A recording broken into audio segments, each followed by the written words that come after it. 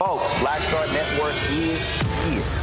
Hold no punches! I'm real revolutionary right now. Support this man, Black Media. He makes sure that our stories are told. Thank you for being the voice of Black America, Roland. Stay black. I love y'all. All momentum we have now, we have to keep this going. The video looks phenomenal. See, there's a difference between Black Star Network and Black-owned media and something like CNN. You can't be Black-owned media and be scared. It's time to be smart. Bring your eyeballs home. You dig?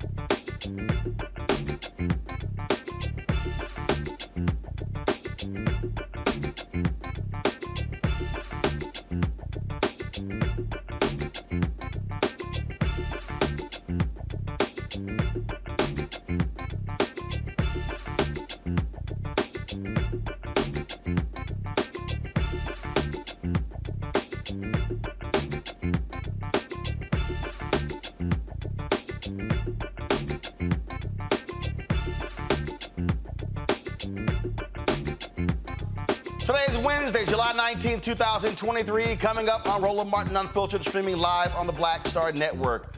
Carlee Russell says she saw a baby walking along a busy Alabama highway in a diaper before being taken against her will and held captive. Yet Hoover, Alabama police say internet searches and purchases she made leading up to her disappearance cast doubt on what actually happened. We'll play for you today's news conference in this strange and perplexing story. A racial discrimination and sexual assault lawsuit is filed by student athletes against Northwestern University in Chicago. Today, their attorney, Ben Crump, stood alongside the former athletes while they described what happened to them in the athletic locker room. The NAACP out of Virginia wants to look at Governor Glenn Youngkin's criteria to restore the voting rights of convicted felons. The president of the Virginia Conference of the NAACP will be here to explain. Greenwood Inc., a Black-owned digital banking platform, is being sued by the co-founder of the Gathering Spot, a famous private club for Black professionals. They say they have not been paid. We'll break down the details of this multi-million-dollar mess with a reporter in Atlanta covering the case. Delta Sigma Theta's 56th National Convention is in Indianapolis, celebrating 60 years of their Social Action Commission. Sorority's president, Elsie Cook Holmes, will talk to us about Vice President Kamala Harris delivering the keynote address. In addition, today, they also initiated their new honorary members. Hopefully she'll tell us who they are. Also, folks, in our Tech Talk segment, the Fanbase app is reaching new heights. The founder, Isaac Hayes III, is here to update us on their fundraising initiative. And Florida, did they actually say that formerly enslaved people were able to develop a skill set to help them personally in slavery? Y'all, they literally put this in the history books. These people are despicable. We'll break that down as well. It's time to bring the funk of Roland Martin Unfiltered on the Black Star Network. Let's go. He's got whatever the miss, he's on it. Whatever it is, he's got the scoop, the fact, the find. And when it breaks, he's right on time and it's rolling. Best believe he's knowing.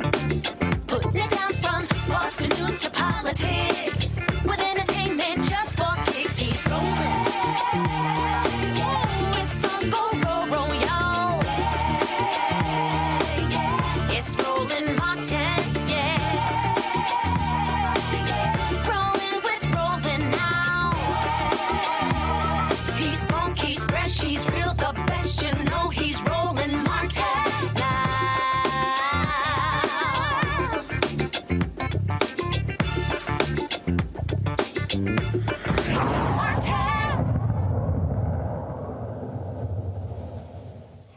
When Carlee Russell came up missing, the nursing student led a lot of people all over Alabama to begin the search for her. People all across the country were demanding that folks look after her. A major search was underway. Well, a couple days later, she shows up at home. Her family said, give them time. Her brother said she fought her abductors and fought for her life. Excuse me, her boyfriend said that. Well, today, Hoover, Alabama police held a news conference that cast significant doubt on this and essentially laid out that this was likely a hoax. This is what happened today with Police Chief Nicholas Durzis. This investigation is not over. We're still working this case, and we'll work in this case until we uncover every piece of evidence that helps us account for the 49 hours that Carlee Russell was missing. However, through the public interest, and in some cases, public fear that this story has generated, we owe it to our citizens to tell them the facts that we have uncovered. So I will give you the facts that we know today. On July 13th, at approximately 8:20 p.m., Carlee left work from a business at the Summit. Surveillance video from her place of employment shows Carlee concealed a dark-colored bathrobe, a roll of toilet paper, and other items belonging to the business prior to her departure. She ordered food from Taziki's at the Colonnade and traveled there. She then traveled to Target on 280, where she purchased some granola bars and Cheez-Its. From there, she remained in the parking lot at that shopping center until 9:21 p.m. when she drove to I-459. Carlee communicated on her cell phone with individuals known to her while on her path of travel up to the point of calling 911 at 9:34 p.m. And at this time, we will play the 911 call in its entirety.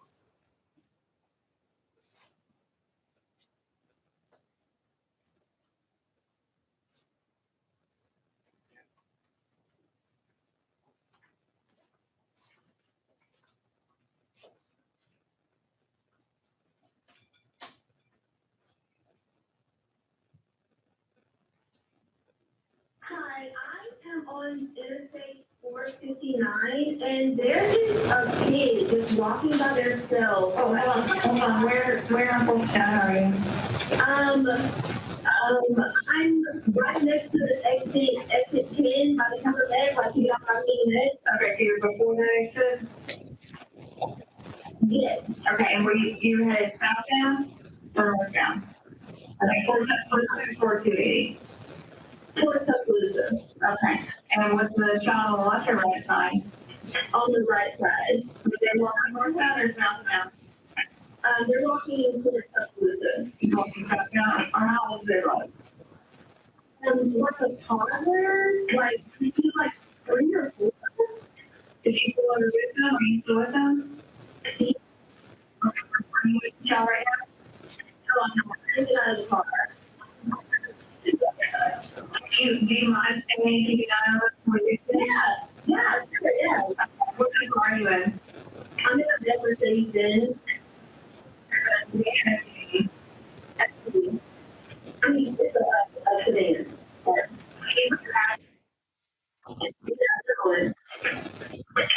Did you offer to say anything? No. No. Do they look like they're injured? No, they don't. I mean, one second. Is a male or female? I think it's a little boy. A female? Okay, so he's wearing clothes? Yes. What is he wearing? It looks like he has any clothes on. It looks like a diaper. And you don't see any cars anywhere? No, no cars anywhere.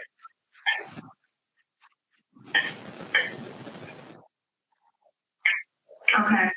All right. What's your name? My name is Carlee Russell. You don't rush off from work. No, but I can't really see that I good. Okay. Try to keep an eye on them for the best you can.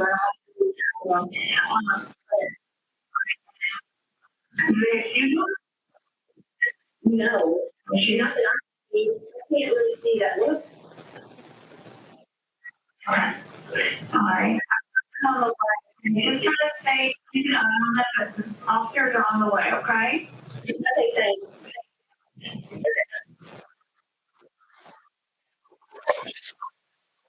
Relative, after speaking with the 911 operator, she went missing during that conversation sometime after 9:36 p.m. Traffic camera footage depicted this portion of the incident. That footage was analyzed as part of the investigation in conjunction with the 911 call and cell phone data to accurately determine the time frame. Carlee's 911 call remains the only report of a child on the interstate, despite numerous vehicles passing through the area at that time. No one has called to report that a child is missing, and the Hoover Police Department did not locate any evidence of a small child walking down the interstate. Data from Carlee's phone, including her Life 360 app, shows that she traveled approximately 600 yards in a vehicle while she was on the phone with 911, stating that she was following a child. 600 yards. That is 6 football fields straight, 600 yards. The Hoover 911 Center received a second call from Carlee's mother, stating that a relative was on the phone with her when they heard Carlee scream, and then they had an open phone line. Hoover police officers arrived on the scene within 5 minutes of being dispatched. Several other officers arrived shortly. They located Carlee's wig and cell phone in the grass near the vehicle. Her purse was located in the front seat of her vehicle with her Apple Watch in the purse. The food she ordered for Tzatziki's was also in the car. The items she purchased from Target, as well as the items taken from her place of employment, were not in the vehicle, nor were they located anywhere around the scene. Hoover police deployed all available assets from the point in the search for Carlee. Additional resources were called in to include our own drone unit, crime scene investigators. Numerous detectives responded to the scene. Throughout the day Friday, officers from surrounded local and federal agencies assisted Hoover police in the search for Carlee Russell. Officers returned to the scene on 459 the thorough line search for evidence. K-9 teams from the Jefferson County Sheriff's Department responded to check for any sign of Carlee, the child that she claimed to see, and anything else that could be considered evidence in this case. Those searches all turned up empty. Private citizens, including search parties organized by our family, friends, began looking everywhere that they could to find any trace. These searches took place throughout the day Friday and again on Saturday, yielding nothing. At 10:44 p.m. on July 15th, the Hoover 911 Center receives a call from Carlee's residence stating that she returned home on foot. In subsequent investigations, detectives obtained surveillance footage of Carlee walking down the sidewalk alone prior to arrival at her residence. She was conscious and speaking with paramedics when she was transported to UAB. Detectives were able to obtain a brief statement from her prior to being treated and released. During the statement, she told detectives that while traveling down the interstate, she saw a baby walking down the side of the road and called 911. She stated when she got out of her vehicle to check on the child, a man came out of the trees and mumbled that he was checking on the baby. She claimed that the man then picked her up and she screamed. She stated he then made her go over a fence. She claimed he then forced her into a car, and the next thing she remembers is being in the trailer of an 18-wheeler. She stated that the male was with a female. However, she never saw the female, only hearing her voice. She also told detectives she could hear a baby crying. She told detectives the male had orange hair with a spot on the back. She said she was able to escape the 18-wheeler and fled on foot, only to be captured again and then put in a car. She claimed she was then blindfolded but was not tied up because the captor said they did not want to leave impressions on her wrists. She said that they took her into a house and made her get undressed. She believes they took pictures of her, but she does not remember them having any physical or sexual contact. She stated the next day she woke up and was fed cheese crackers by the female. She said the woman also played with her hair, but could not remember anything else. At some point, she was put back in a vehicle she claims was able to escape while it was in the West Hoover area. She told detectives she ran through lots of woods until she came out near her residence. During this interview, detectives noted that Carlee had a small injury to her lip, and she claimed that her head was hurting. She also had a tear in her shirt. Detectives also noted that she had $107 cash in her right sock. Out of respect for Carlee and her family, detectives did not press for additional information in this interview and made plans to speak with her in detail after giving her time to rest. Detectives continue analyzing data from Carlee's cell phone that was left behind at the scene. We enlisted the help of the United States Secret Service in conducting this analysis. Part of what data includes several internet searches in the days leading up to her disappearance that I think are very relevant to this case. On July 11th at 7:30 a.m., the term "you have to pay for an Amber Alert" was searched. On July 13th at 1:03 a.m., the day of her disappearance, the term "how to take money from a register without being caught" was searched. On July 13th at 2:13 a.m., the day of her disappearance, the term "Birmingham bus station" was searched. On July 13th, 2:35 a.m., a search for a one-way bus ticket from Birmingham to Nashville was conducted with a departure date of July 13th. On July 13th at 12:10 p.m., a search for the movie Taken, a film about abduction, was conducted. There were two searches related to Amber Alerts on a computer at Carlee's place of employment, including one regarding the maximum age of an Amber Alert.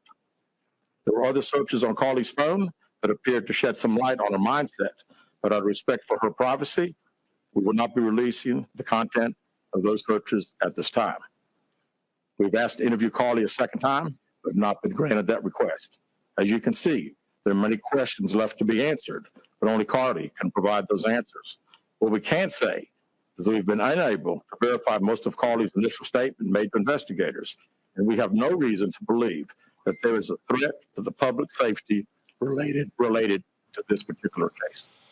All right, folks, it's a whole lot we got to unpack. We'll do so with our panel next after this break, folks. Be sure to, if you're watching YouTube, hit the like button so we can exceed 1,000 likes in the first hour. Also, don't forget, download our Black Star Network app, Apple phone, Android phone, Apple TV, Android TV, Roku, Amazon Fire TV, Xbox One, Samsung Smart TV. Also, support our Bring the Funk fan club. Send checking money orders to P.O. Box 57196, Washington, D.C. 20037-0196. Cash App, $RM Unfiltered, PayPal or Martin Unfiltered. Venmo is RM Unfiltered. Zelle is Roland at RolandSMartin.com, Roland at RolandMartinUnfiltered.com. And be sure to remember, you can watch our 24-hour streaming channel on Amazon News by simply going to Amazon Fire. You can also say, Alexa, play news from Black Star Network. And you can also watch us on Plex TV. And so simply go to Plex, search for Black Star Network, find us under Live TV, News and Opinion. And don't forget, get a copy of my book, White Fear, How the Browning of America is Making White Folks Lose Their Minds, available at bookstores nationwide, Amazon, Barnes & Noble, Target. Also, you can download a copy on Audible. We'll be right back.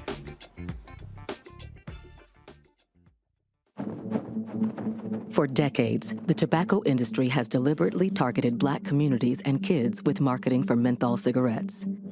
It's had a devastating impact on Black health. Tobacco use claims 45,000 Black lives every year. It's the #1 cause of preventable death. In the 1950s, less than 10% of Black smokers used menthol cigarettes. Today, it's 85%. Menthol cools and numbs the throat, making it easier for kids to start smoking.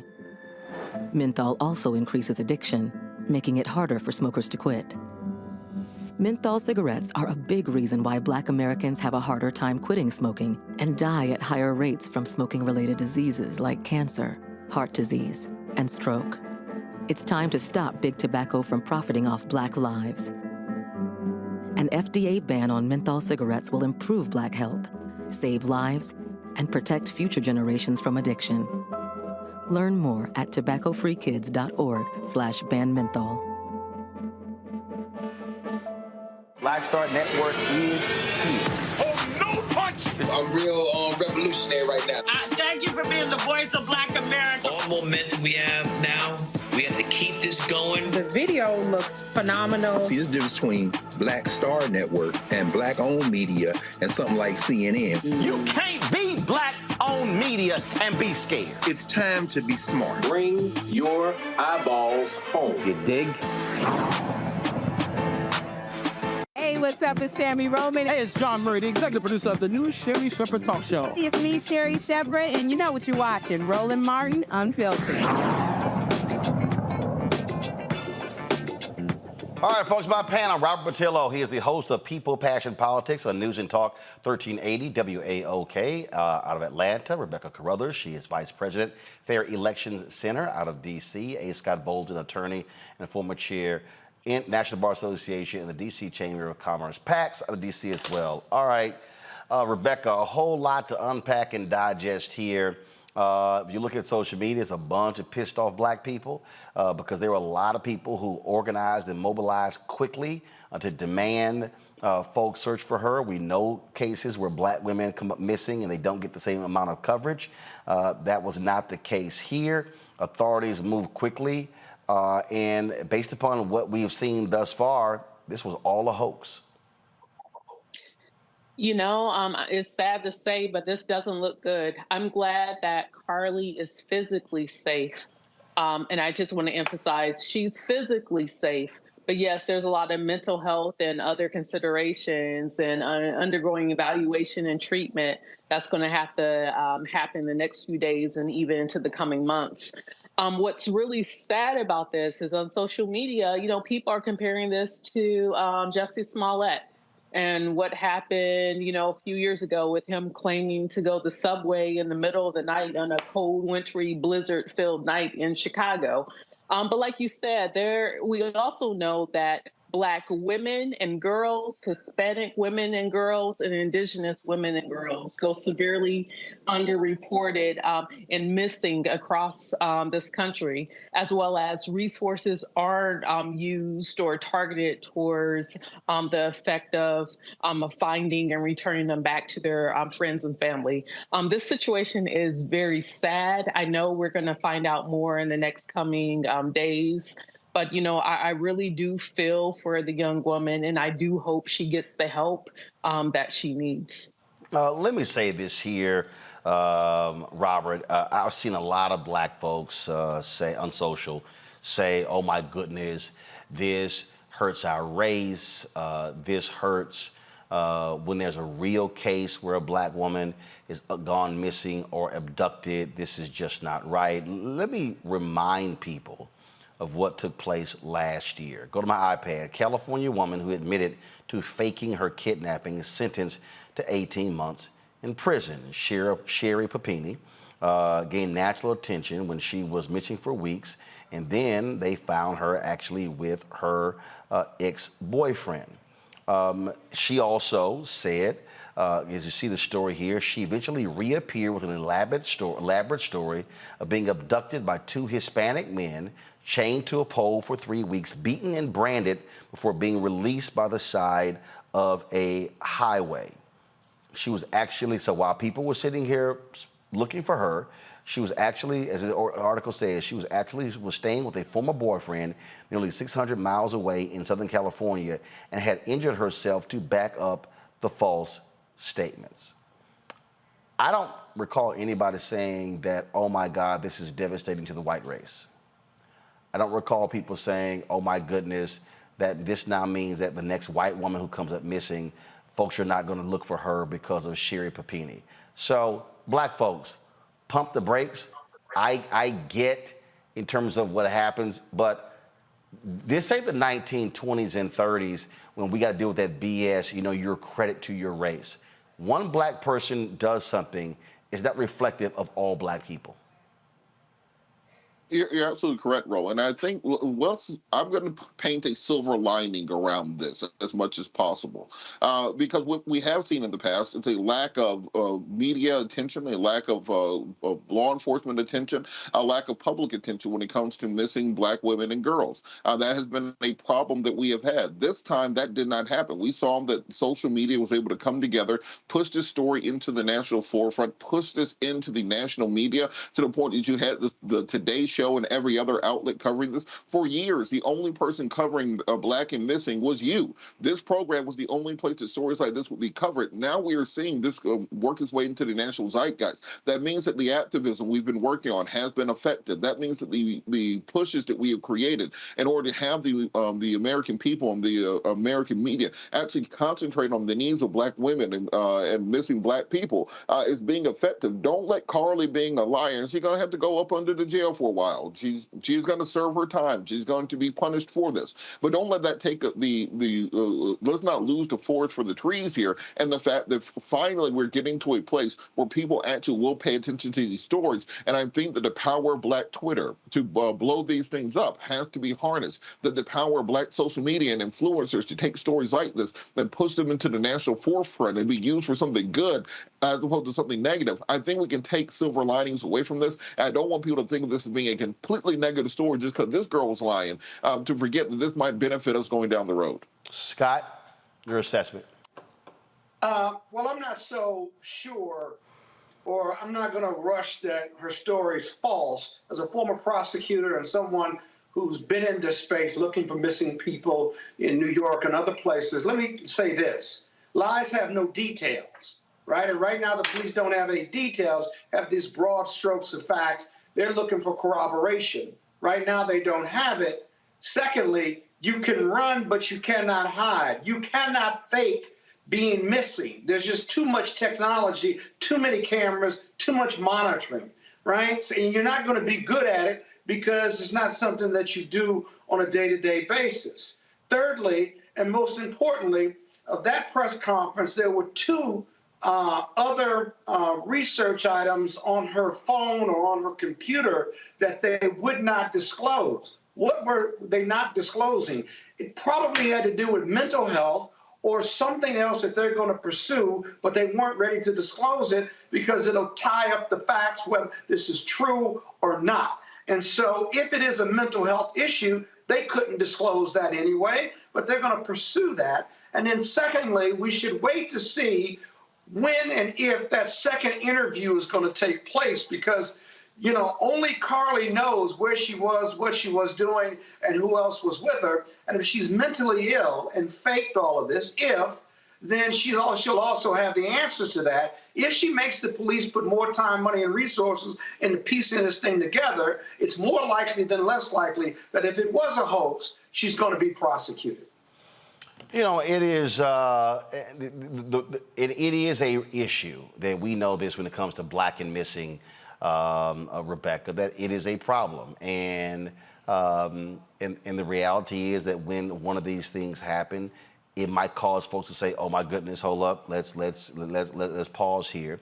But the reality is, until somebody has been found, guess what? You treated the way you treated. Sure, this white woman, Sherry Papini, she faked her abduction, but it doesn't mean that when the folks should not have been looking for her, people do crazy sorts of things. You had the woman in South Carolina, I forgot her name, Susan, whatever, you know, who said a Black man tried to kidnap her. She ended up drowning her damn kids. We've seen those examples all the time as well. So let's just be clear. White folks that blame Black people and Hispanics and others for trying to harm them, and it turned out to be erroneous. And so if this turns out to be erroneous, that she blames some white man, she just goes down with the rest of the other folk who are white, who've actually lied about being kidnapped. Yeah, and I think, too, even Robert's point about the silver lining is that people united, they use their particular platforms, whether you are an individual influencer of just your own family or friends, or if you're Cardi B and you have millions of people around the world who listen to the things that you send out and post on your social media. So I would just encourage people out there, like, hey, there are a lot of Black women and girls, children, period, who go missing every year. There are many great partners who try to put out that type of information. So use your social media as a platform to magnify, to make sure that the thousands of Black women and children who are missing are found, that their families are able to get some type of closure if it turns out that they're not able to be found safely. All right, folks, gotta go to a break. We come back. We'll talk about the NAACP in Virginia. They are demanding answers from Virginia Governor Glenn Youngkin when it comes to restoring the felon rights in that state. Also, there's been a lawsuit now filed against Ron DeSantis in Florida for his stunt where they arrested formerly incarcerated folks who registered to vote. And that was all bogus because the charges all got tossed because they were told they could vote. So we'll talk about both of those next, right here on Roland Martin Unfiltered on the Black Star Network. My early days on the road, I've learned, well, first of all, as a musician, I studied not only piano, but I was also drummer and percussion. I was all city percussion as well. So I was one of the best in the city on percussion. There you go. Also studied trumpet, cello, violin, and bass, and any other instrument I could get my hand on. And with that study, I learned again what was for me. I learned what it meant to do what the instruments in the orchestra meant to each other in the relationships. Right. So that prepared me to be a leader. That prepared me to lead orchestras and to conduct orchestras. That prepared me to know to be a leader of men, they have to respect you and know that you know the music. You have to be the teacher of the music. You have to know the music better than anybody. There you go. Right, so you can't walk in unprepared.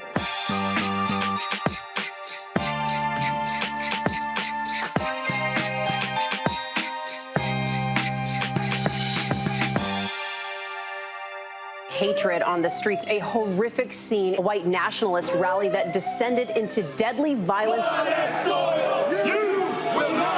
White people are losing their damn minds. As an angry pro-Trump mob storms the U.S. Capitol, we're about to see the rise of what I call white minority resistance.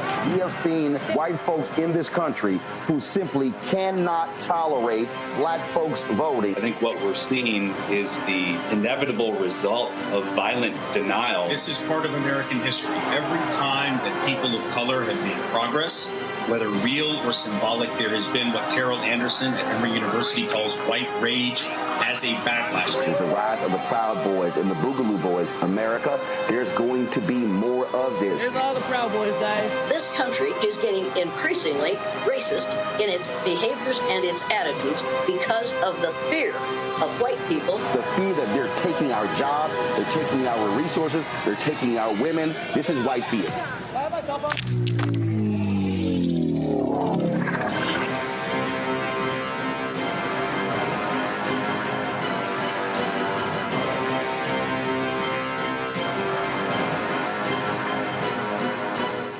Hey, what's up, y'all? I'm Devon Frank. I'm Dr. Robin B., pharmacist and fitness coach, and you're watching Roland Martin Unfiltered.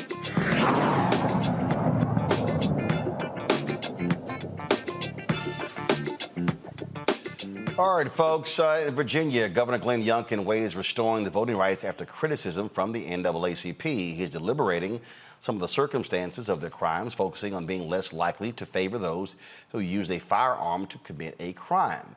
Youngkin's administration is accused of operating an increasingly slow restoration process, which could result in thousands of voters being blocked from participating in upcoming elections, drawing a lawsuit from the NAACP. Their lawsuit points out that Virginia has the 5th highest number of citizens disenfranchised for felony convictions.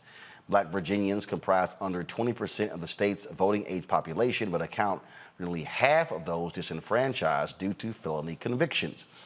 Keep in mind, in Virginia, this all goes back to the early 1900s when a racist legislator literally said the reason they were passing these laws was to keep the darkies from voting.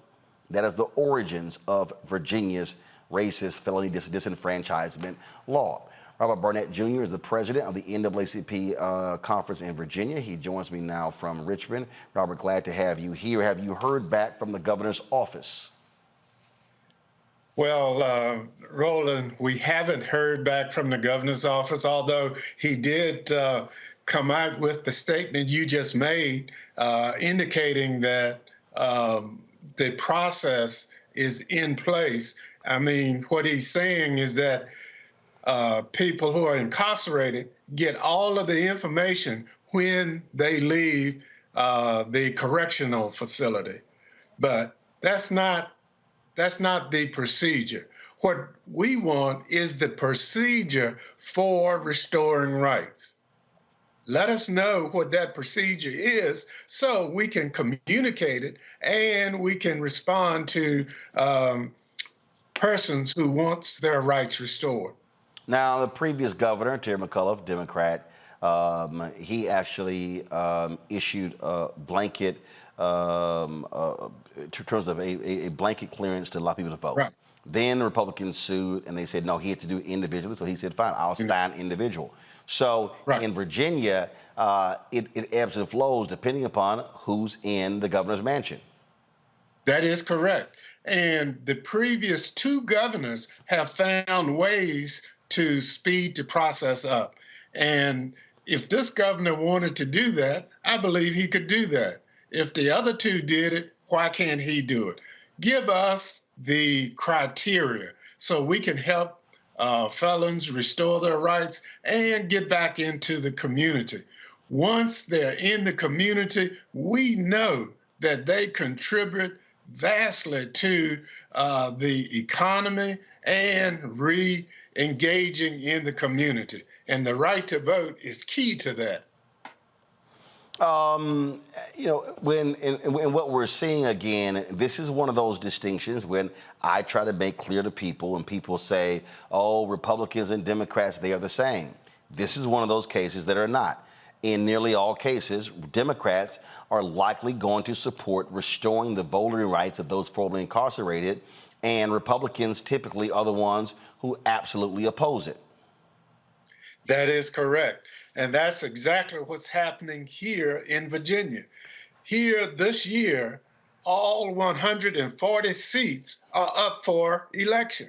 And we need everyone who's qualified to vote to do so. And restoration of rights to felons who have lost their rights is key to making sure that they have a voice in our democracy. That's what's happening, Roland. They do not have a voice in our democracy if the governor continued to slow down the voting rights restoration process. So when you talk about a process, I mean, it's kind of simple. That is, all right, where do I file? What do I do? Do I write something like, for instance, in Florida, they have this commission the governor sits on where they literally will call people where they have to actually go personally testify. And so what you're saying is that Governor Glenn Youngkin does not have anything that's on a website or whatever that lays out how somebody who's formerly incarcerated, who's formerly a felon, how they can try to get their voting rights back. It's just in the air. It's just in the air. And that's what we FOIA the governor's office to ask. What is the process? Give us a clear explanation of the reason why a person's application has been denied. We asked for the number of people who had applied, the number of people who were denied, the number of people whose applicants are still in the process, and we haven't gotten an answer as of yet. And so, again, that's why we're calling for a clear explanation of the steps that the applicant must take in order to get their rights restored. All right, then. Robert Barnette, Virginia NAACP, we appreciate it. Thanks a lot. Thank you. To our panel, in Florida, a lawsuit has been filed against Florida Governor Ron DeSantis over the issue of voting. This is a political story. Go to my iPad. Florida and DeSantis blasted over voter eligibility in new federal lawsuit. The Florida Rights Restoration Coalition, they have actually filed that lawsuit in a federal court in Miami. Asserts, as the story suggests, asserting the current process surrounding voter eligibility of the nation's third most populous state is unconstitutional and violates federal voting laws. Keep in mind, the Florida Rights Restoration Coalition, they were able to get the amendment passed to restore voting rights for those formerly incarcerated. Republicans then went back and said, oh, well, actually, people thought that what you really meant was they had to pay all of their fines before they actually get their rights back.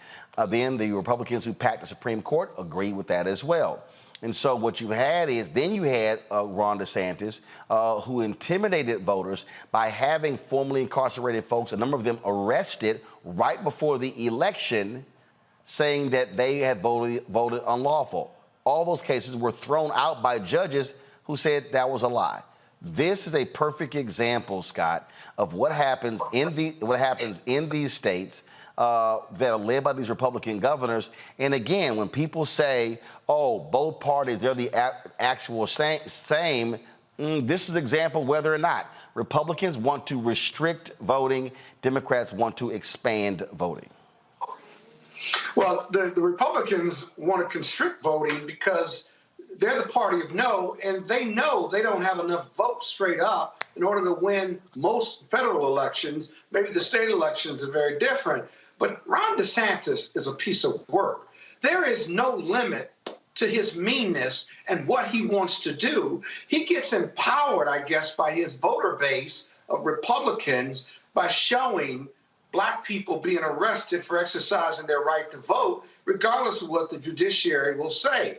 Now, what's even worse about this is we know that Black people don't have a great relationship with the police. So you create an environment where you issue an arrest warrant, you send the police out to arrest a Black man in front of his home, as your video indicated, and who knows what the circumstances will follow from there if they don't have their video cam on, or if the person runs or is afraid or has some issue, he gets beat up or he gets tased, or worse, he gets shot. And the core reason for why they were there to arrest him was an invalid reason regarding the vote, their vote, and they were told to vote, and the case was dismissed. If harm came to that defendant, despite the dismissal of the case, that individual may not be here or may be arrested for a resisting arrest. It's a risky environment by merely going out and arresting these people falsely. That's the danger of this. Despite as well as the unconstitutionality of it, that's the danger of this. And they know it. Rebecca, this is what the Political Story says. Carrie Dunn, who works for the Free and Fair Litigation Group, one of the firms representing the coalition, said, quote, "Ever since the people of Florida passed a constitutional amendment to grant people with felony convictions a new right to vote, the governor and the state have done everything in their power to prevent those 1.4 million voters from actually voting." You know, Roland, my organization actually helped make sure that that particular amendment passed in Florida, and we've been fighting ever since to make sure that folks who are otherwise eligible and should be able to register to vote, they should be able to vote. I do want to just backtrack with Virginia for a moment. My organization actually filed suit in April against Governor Youngkin for this arbitrary rights restoration process. And specifically, the three previous governors had made it very clear and objective, and they've used neutral criteria in determining who gets their rights restored and who doesn't get their rights restored. So I just want to say that we're representing No Left Turns, which is a Black-led, Black-founded organization that supports returning citizens getting acclimated into society after they serve their time. But I also want to push back here, too. It's not just Republican governors here, but we actually have a Democratic governor. In Kentucky, Governor Andy Beshear. Andy Beshear in 2019, he signed an executive order which allowed for rights restoration for certain felony convictions in Kentucky. My organization is currently suing him because he doesn't include certain federal felony convictions and certain out-of-state felony convictions that if it was a Kentucky conviction, the rights would be restored. But because it happened in a different state, the rights aren't being restored. And so while we do see that the trend is that Democrats are leading with the expansion and supporting voting rights, I just want to point out we do have pockets where we have Democrats who aren't doing a good job with this either. And so we need, whether you're a Democrat, a Republican, nonpartisan, people should have the right to vote in this country. If they're eligible to vote, then it is imperative for our democracy for us to keep people civically engaged in this country through voting. Robert, the lawsuit also says through this campaign, the defendants have created a climate of intimidation, even among people who believe in good faith that they are eligible to vote. They fear that they may be criminally prosecuted. Go to my iPad, please. If their beliefs turns out to be wrong, the lawsuit states.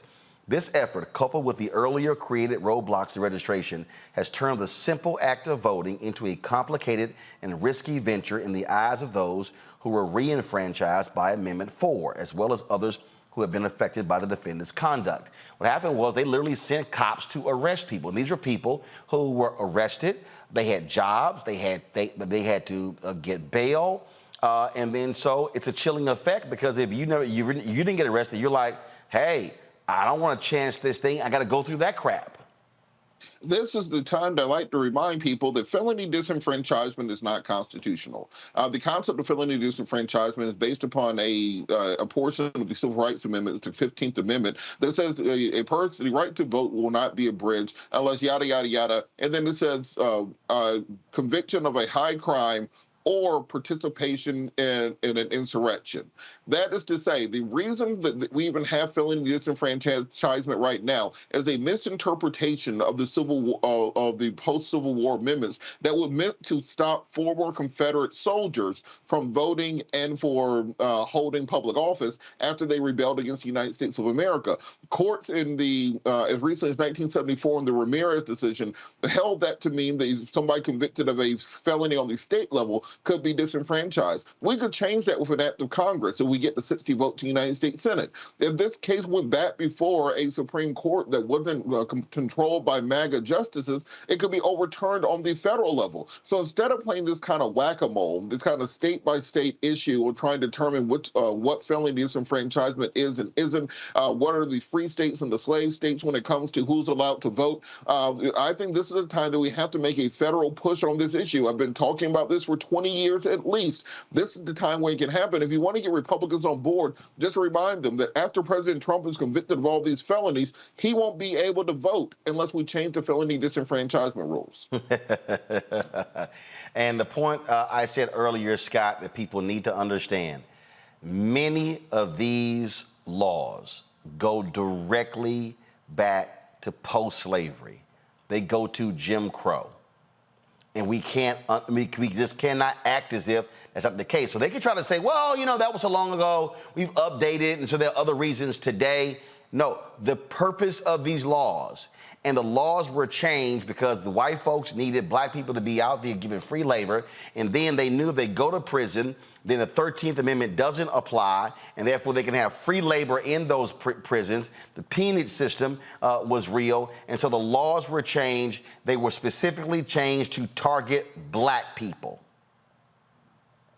So you can add black people to the whole Confederate soldier piece that they didn't want to be able to vote as well. It's all rooted primarily with slavery and racial discrimination against black people and brown people. And you still have the majority of these prisons in the U.S. filled with black and brown people because they're unfairly targeted. But the reality is you can throw bail reform in that federal legislation, Robert, also, because at the state level, Illinois just did away with, and the Illinois Supreme Court just said it was constitutionally feasible to do away with bail requirements, which is also caught up in this whole cash bail system. Yep. Cash bail, at least. So, but again, that cash bail folk kept people in jail if they had prior records, or if they couldn't afford to pay $500 or $100 to get out of jail. So lots of reform to do. Black people got to vote. You get black people to vote and put Democrats in who share their values, you can change a whole lot of this stuff legally. But we don't vote. So we're stuck with trying to manage the results of not voting. Well, we vote. We're simply not voting our enough. No, we don't vote enough. No. Excuse me. Scott, you're a lawyer. You're a lawyer, and I operate factually. Black people vote. We don't vote in terms of maximizing our numbers. There are places. But I said that. No. When you said black folks don't vote, that's what you said. Yeah, well, they don't. We need them to vote. Well, no. But again, though, saying that we don't vote and saying that we need to be maximizing our numbers are two separate things. The reality is, well, again, though, you were wrong, and so you're being corrected. So the reality is, black folks do vote, but there are many places that we're not maximizing our numbers. And so even in places, if you look at Florida, if you study the election, DeSantis and Gilliam, the reality is Broward County, Miami-Dade County, the blue counties in Florida, not one blue county voted at a rate of 60% or higher of registered voters. There were a number of Republican counties that were actually above 70. And so you can't handle Except your friendly amendment. You can't handle, no, it ain't a friendly amendment. It's a friendly amendment. It's a factual statement. And so again, alphas have to continue to school cap. Wants to get it on. You don't get it on with anybody else on the panel but me. Why don't you jump on Robert or your other guest? Because here's the deal. Coming after me. Robert and Rebecca don't make factual errors. Real quick, I wanted to stick this in. Earlier today, I was on Middle Eastern Broadcast Network talking about the situation of human rights in Egypt right now, where they're detaining people without trial, pre-trial for months and years at a time. And you have Amnesty International, the U.S. State Department, human rights organizations around the globe trying to fight to have those 65,000 detainees released. It's hard for us as Americans to talk about the human rights plights of people being wrongfully detained when we have the same laws in America, where we're doing the exact same things here. So I think in order for America to really be this shining city on the hill and this example of human rights internationally, we're going to have to get our own house in order, because we look like fools on the international stage trying to advocate to get people out of jail in Egypt, and we ain't getting people out of jail in Evanston, Illinois. Well, we've always been fools on the international stage. Remember, it was Malcolm X who wanted to go to the UN to deal with the issue of racism. That is America. And so we've always been hypocrites where we tell the rest of the world one thing and then we actually do another. Got to go to break. We come back. We're going to talk about the Northwestern lawsuit. Ben Crump is leading. He is going to join us to talk about that. We're going to, of course, he had a news conference today in Chicago, and where these former players alleging massive hazing going on. They've since fired not only the football coach, but the baseball coach as well. So lots to unpack there as well. Florida, just staying stuck on stupid. You got to hear what these fools actually said about slavery and what they're actually putting in their history books. These people are demented. So we'll talk about that. Plus, we got the founder of Fanbase, the social media app, on talking about their crowdfunding effort. So all of that right here on Roland Martin Unfiltered on the Black Star Network. When you talk about blackness and what happens in black culture, we're about covering these things that matter to us, speaking to our issues and concerns. This is a genuine people-powered movement. There's a lot of stuff that we're not getting. You get it, and you spread the word. We wish to plead our own cause. Too long have others spoken for us. We cannot tell our own story if we can't pay for it. This is about covering us. Invest in black-owned media. Your dollars matter. We don't have to keep asking them to cover our stuff. So please support us in what we do, folks. We want to hit 2,000 people, $50 this month, raise $100,000. We're behind $100,000, so we want to hit that. Y'all money makes this possible. Check some money orders. Go to P.O. Box 57196, Washington, D.C. 20037-0196. The Cash App is $RM Unfiltered. PayPal is RMartin Unfiltered. Venmo is RM Unfiltered. Zelle is Roland at RolandSMartin.com. Coming up next on The Frequency, right here on the Black Star Network, Shanita Hubbard. We're talking about the ride or die chick. We're breaking it down. The stereotype of the strong black woman. Some of us are operating with it as if it's a badge of honor. Like, you even hear black women like aspiring to be this ride or die chick, aspiring to be this strong black woman trope at their own expense. Next on The Frequency, right here on the Black Star Network. Hello, I'm Paula J. Parker. Truly proud on the Proud Family. I am Tommy Davidson. I play Oscar on Proud Family, Louder and Proud. Hi, I'm Jo Marie Payton, voice of Sugar Mama on Disney's Louder and Prouder, Disney Plus. And I'm with Roland Martin on Unfiltered.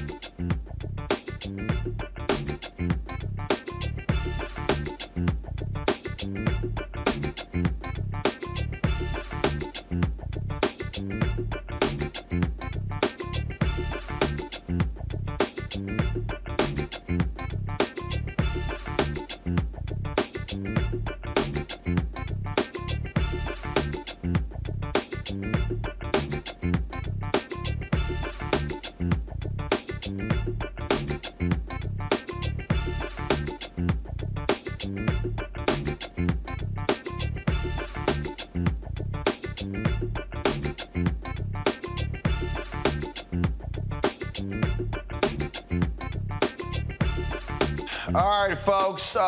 Former players at Northwestern are angry and upset. They are alleging massive hazing taking place among the athletic programs there. They say the leadership there has allowed racial discrimination, enabled and concealed sexual misconduct amidst a hazing scandal. 2 coaches, the football coach and the baseball coach, have both been fired. Today, civil rights attorney Ben Crump and several former players describe what they experienced and why the lawsuit is critical.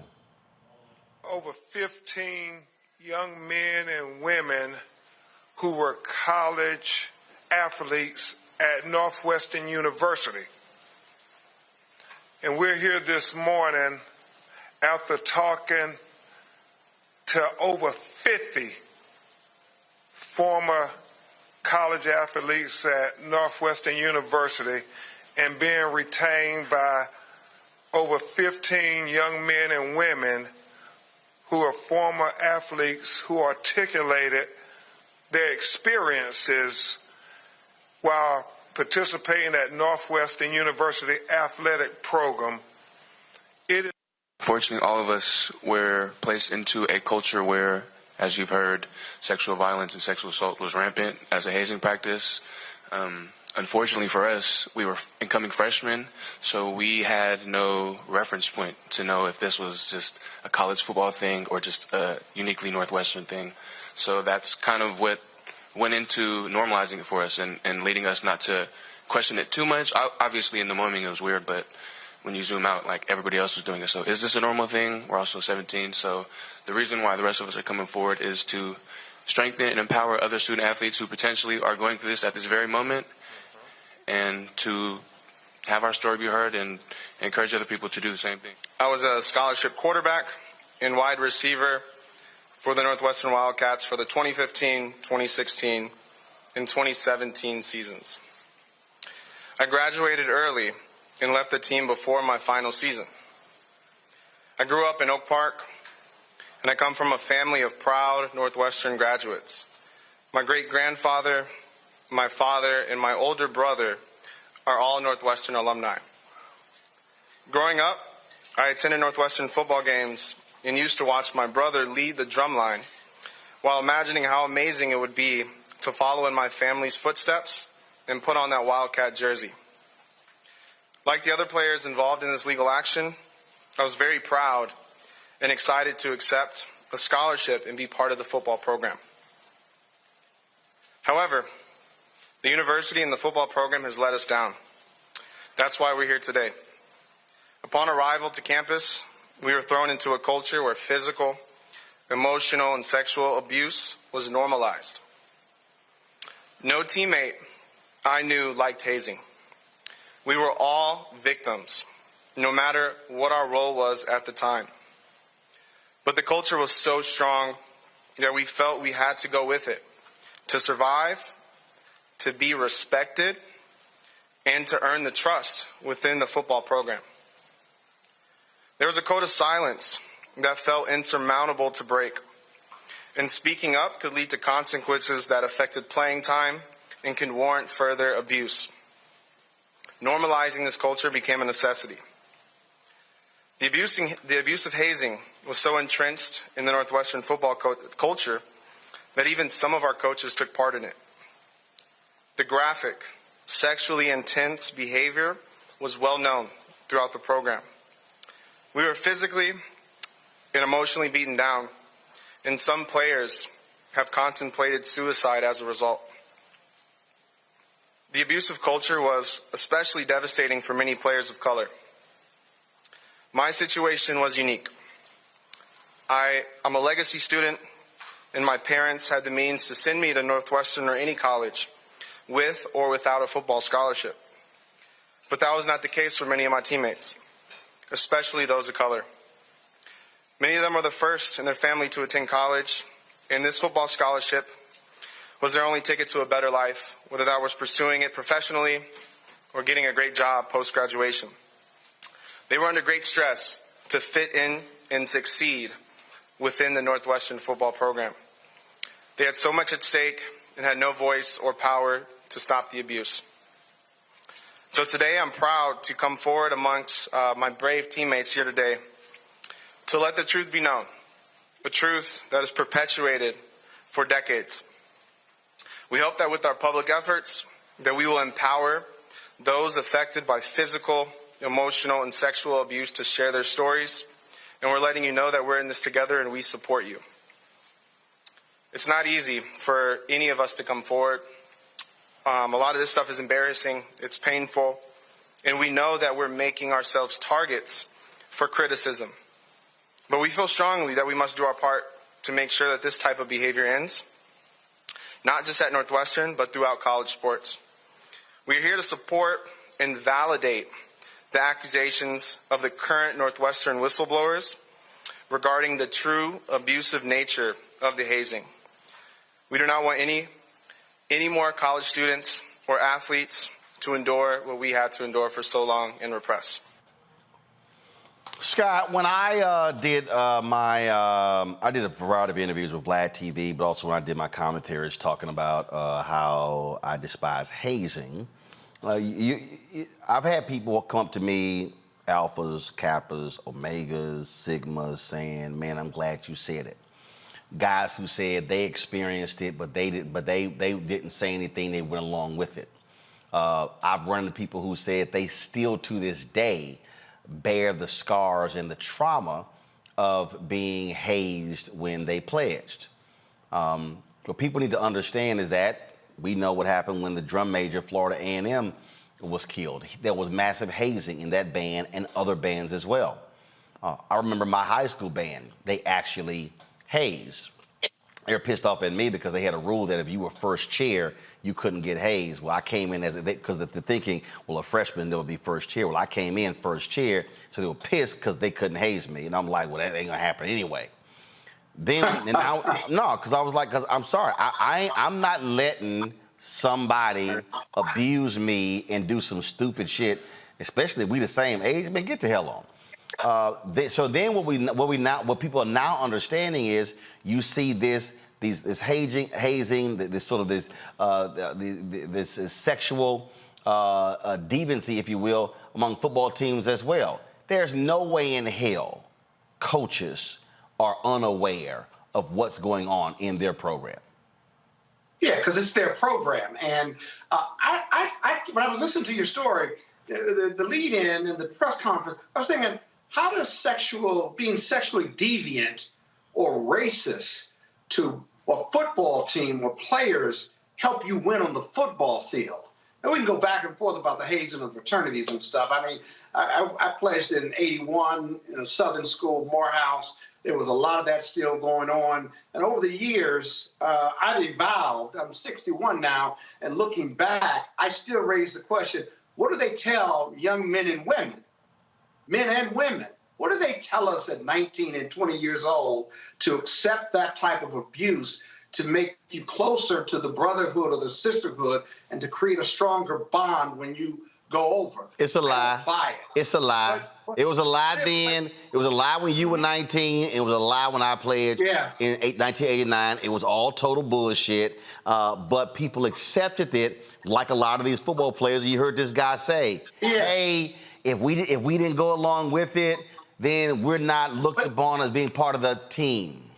But there, with the football team, slightly different. Hear me out. Because what the presenter at the press conference, the young man who graduated early, what he said was a lot of these students who play football, that was their only way out. They wanted to go along to get along because in the end, they were trying to get to the NFL.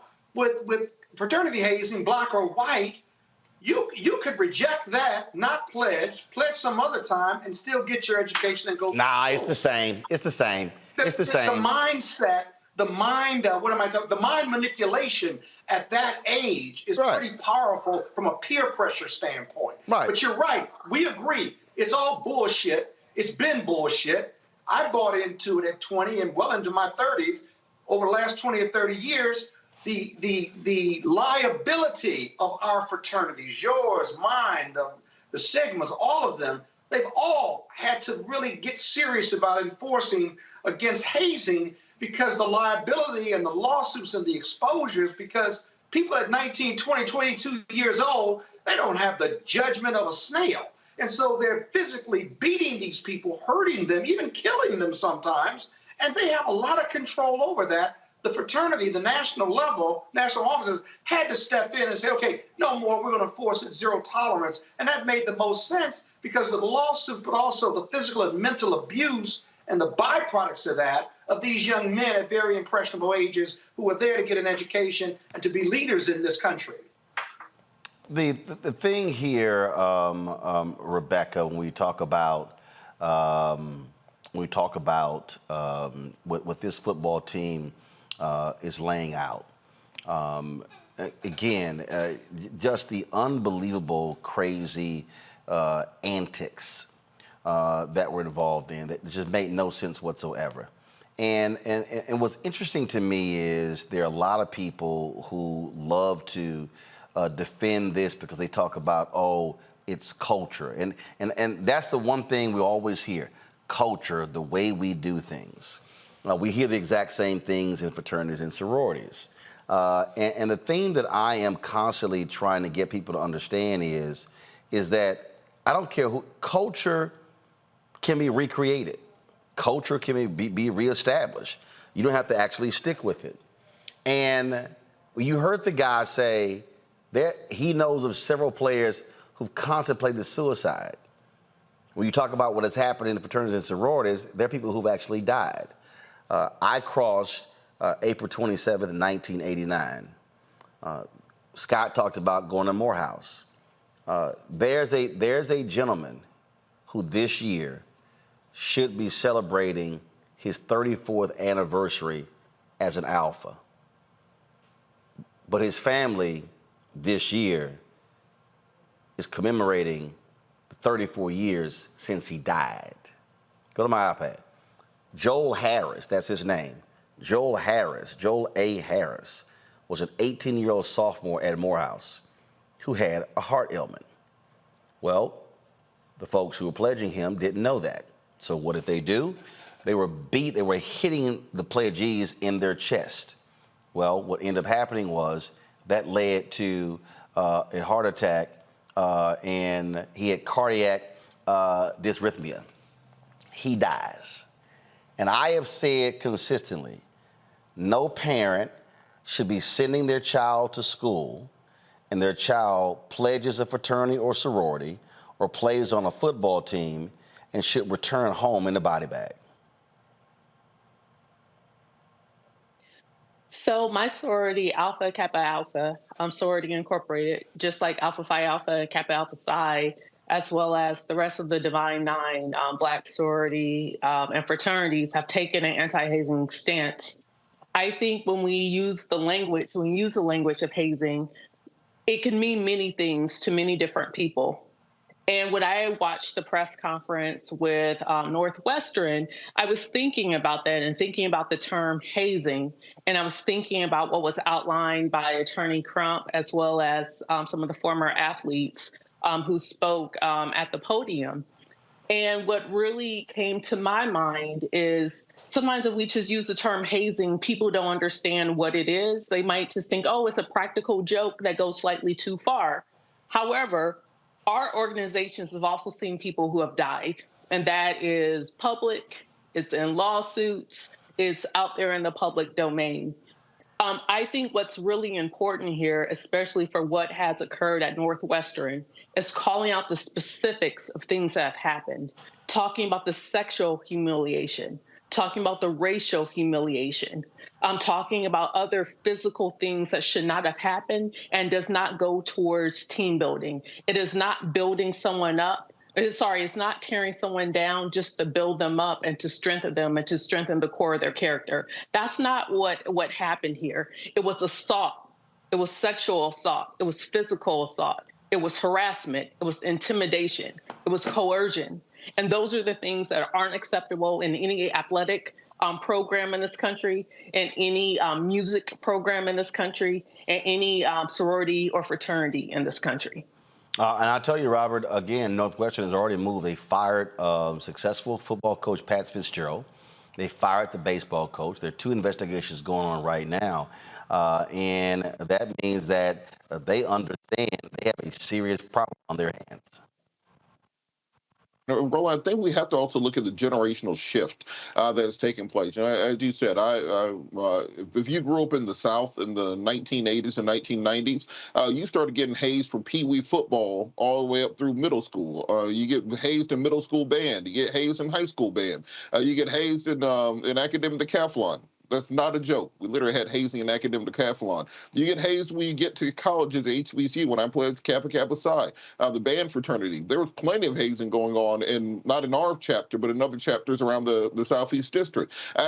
But when you think about Gen Z, this is the generation of children that have, child psychologists all the way from elementary school on up that are taught non-contact and non-violence training. They're the generation that has life coaches when they're in high school and when they're into college. This is not the generation you're going to just be beaten on and that you're going to be treating a certain way. This generation files lawsuits against their parents for hitting them, let alone against other individuals and coaches. So I think we have to understand that this is hopefully this is the generation that puts an end to this cycle of this thing that's been put on us from slavery, that somehow beating us makes us better people. That I'm beating you because I want you to be more united. I'm beating you so you value the organization more. I'm beating you so you'll come together with your brothers on the line, etc. None of that makes sense. That's all these ideas that are left over from when we were in captivity in this country. And I'm hoping Gen Z and their more socio-emotional learning will put an end to this from now on.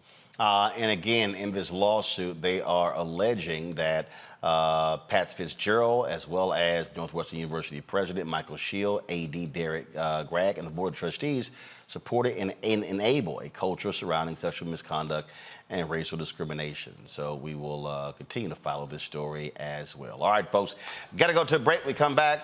The Gathering Spot, long been celebrated as a Black economic success story. Then Greenwood comes along, a Black-owned digital banking platform, celebrated as a Black success story. So why are one of the co-founders of the Gathering Spot now suing Greenwood, who purchased them? We'll break that thing down. Next on Roland Martin Unfiltered on the Black Star Network. Next on The Black Table with me, Greg Carr. We featured the brand new work of Professor Angie Porter, which, simply put, is a revolutionary reframing of the African experience in this country. It's the one legal article everyone, and I mean everyone, should read. Professor Porter and Dr. Valeethia Watkins, our legal roundtable team, join us to explore the paper that I guarantee is going to prompt a major aha moment in our culture. You crystallize it by saying, who are we to other people? Who are African people to others? Governance is our thing. Who are we to each other? The structures we create for ourselves, how we order the universe as African people. That's next on The Black Table, here on the Black Star Network.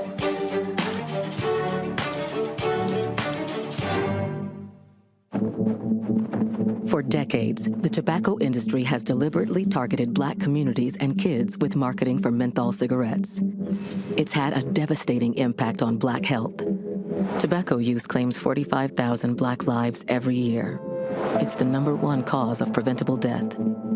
In the 1950s, less than 10% of Black smokers used menthol cigarettes. Today, it's 85%. Ban menthol cigarettes. Save lives. Hey, what's up, y'all? I'm Devon Franklin. It is always a pleasure to be in the house. You are watching Roland Martin Unfiltered. Stay right here.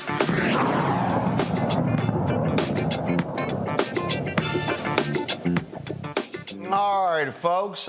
Greenwood, Inc., a Black-owned digital banking platform for Black and Latinx individuals. I hate that phrase.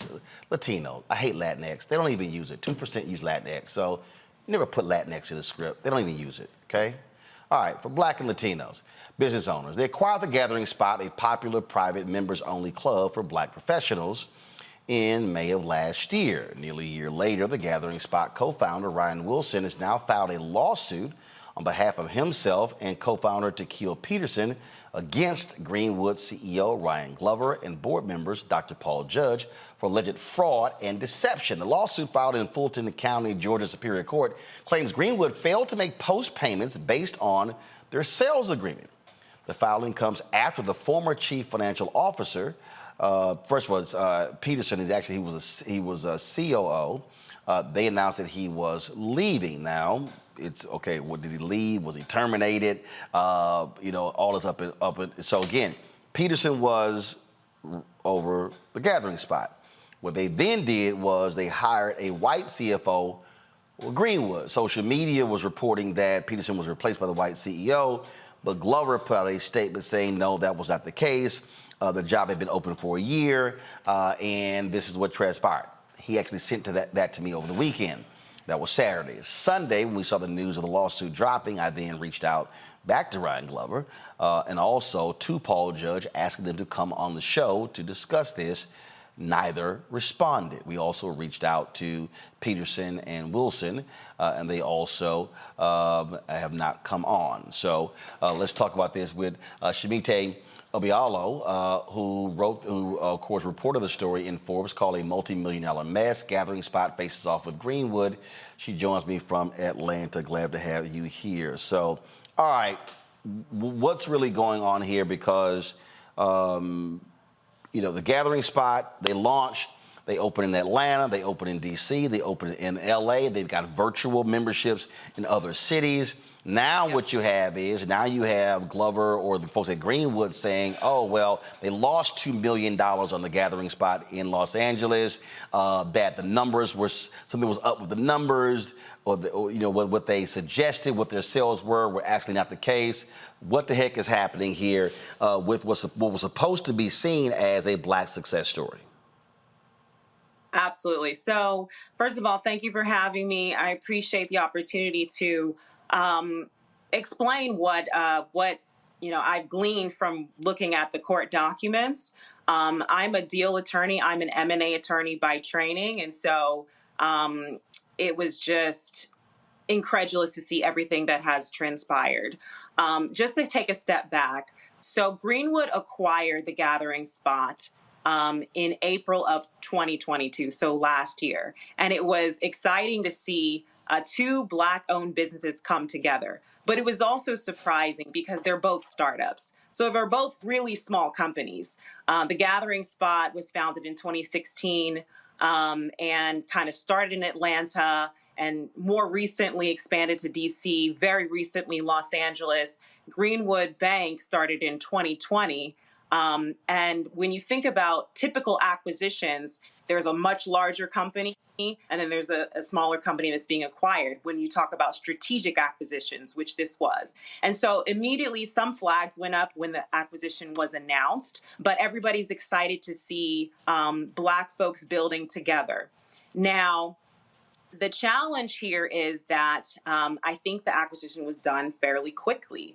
I actually spoke with Ryan Glover in May, and he was super excited about just sharing how he knew Ryan Wilson's father, and so they could move quickly through this process. But when you typically have an M&A transaction, it is done after months and months of due diligence, after months of sort of working through all the kinks.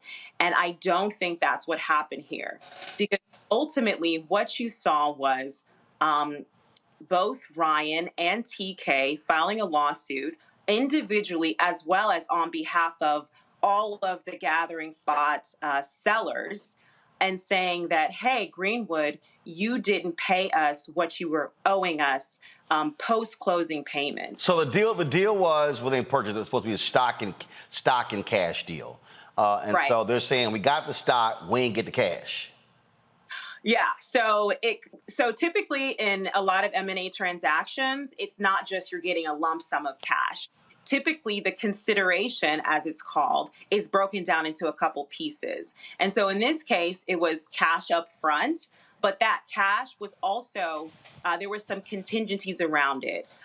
So I read an article in Forbes, and it kind of breaks it down, but essentially, typically there's adjustments and true-ups that happen once the closing has happened, and the buyer, in this case Greenwood, has an opportunity to review closely the financials and make sure everything lines up. So even that cash component that they got was subject to adjustments. And then also they got stock in Greenwood. So they got to roll their stock that they had in the Gathering Spot, and they got some stock in Greenwood.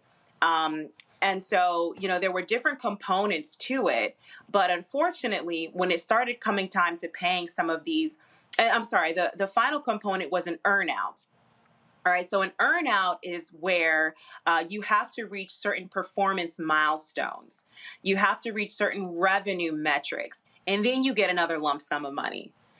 So there were all these contingent payments, and essentially Greenwood has refused to pay any of it.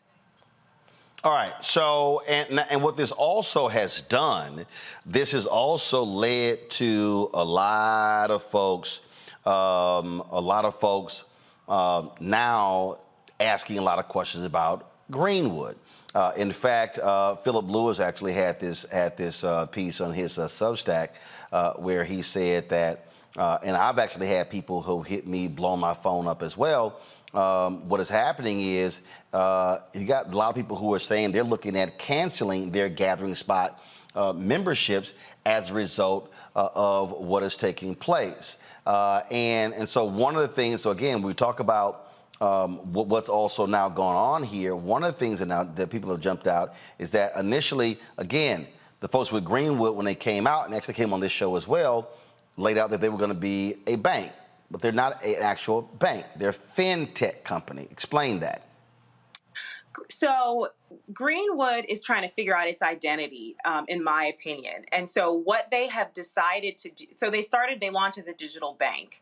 At this juncture, what I see them moving towards is a membership community. Well, first of all, hold on, let's go back.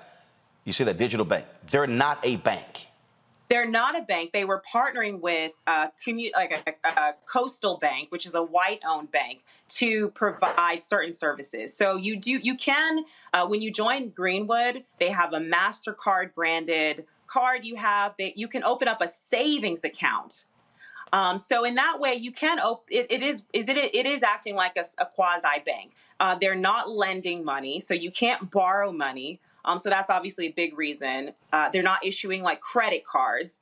So there's a lot that's to be desired when it comes to calling yourself a bank. But they at least do have the savings account element to it that they're able to provide in partnership with Coastal Bank, which is like a white-owned bank. Yeah, but and that's what I want to say with that, because what happened is, again, when this story really began to blow up, what a lot of people then realized, they said, wait a minute, hold up. I thought we were doing business with black people.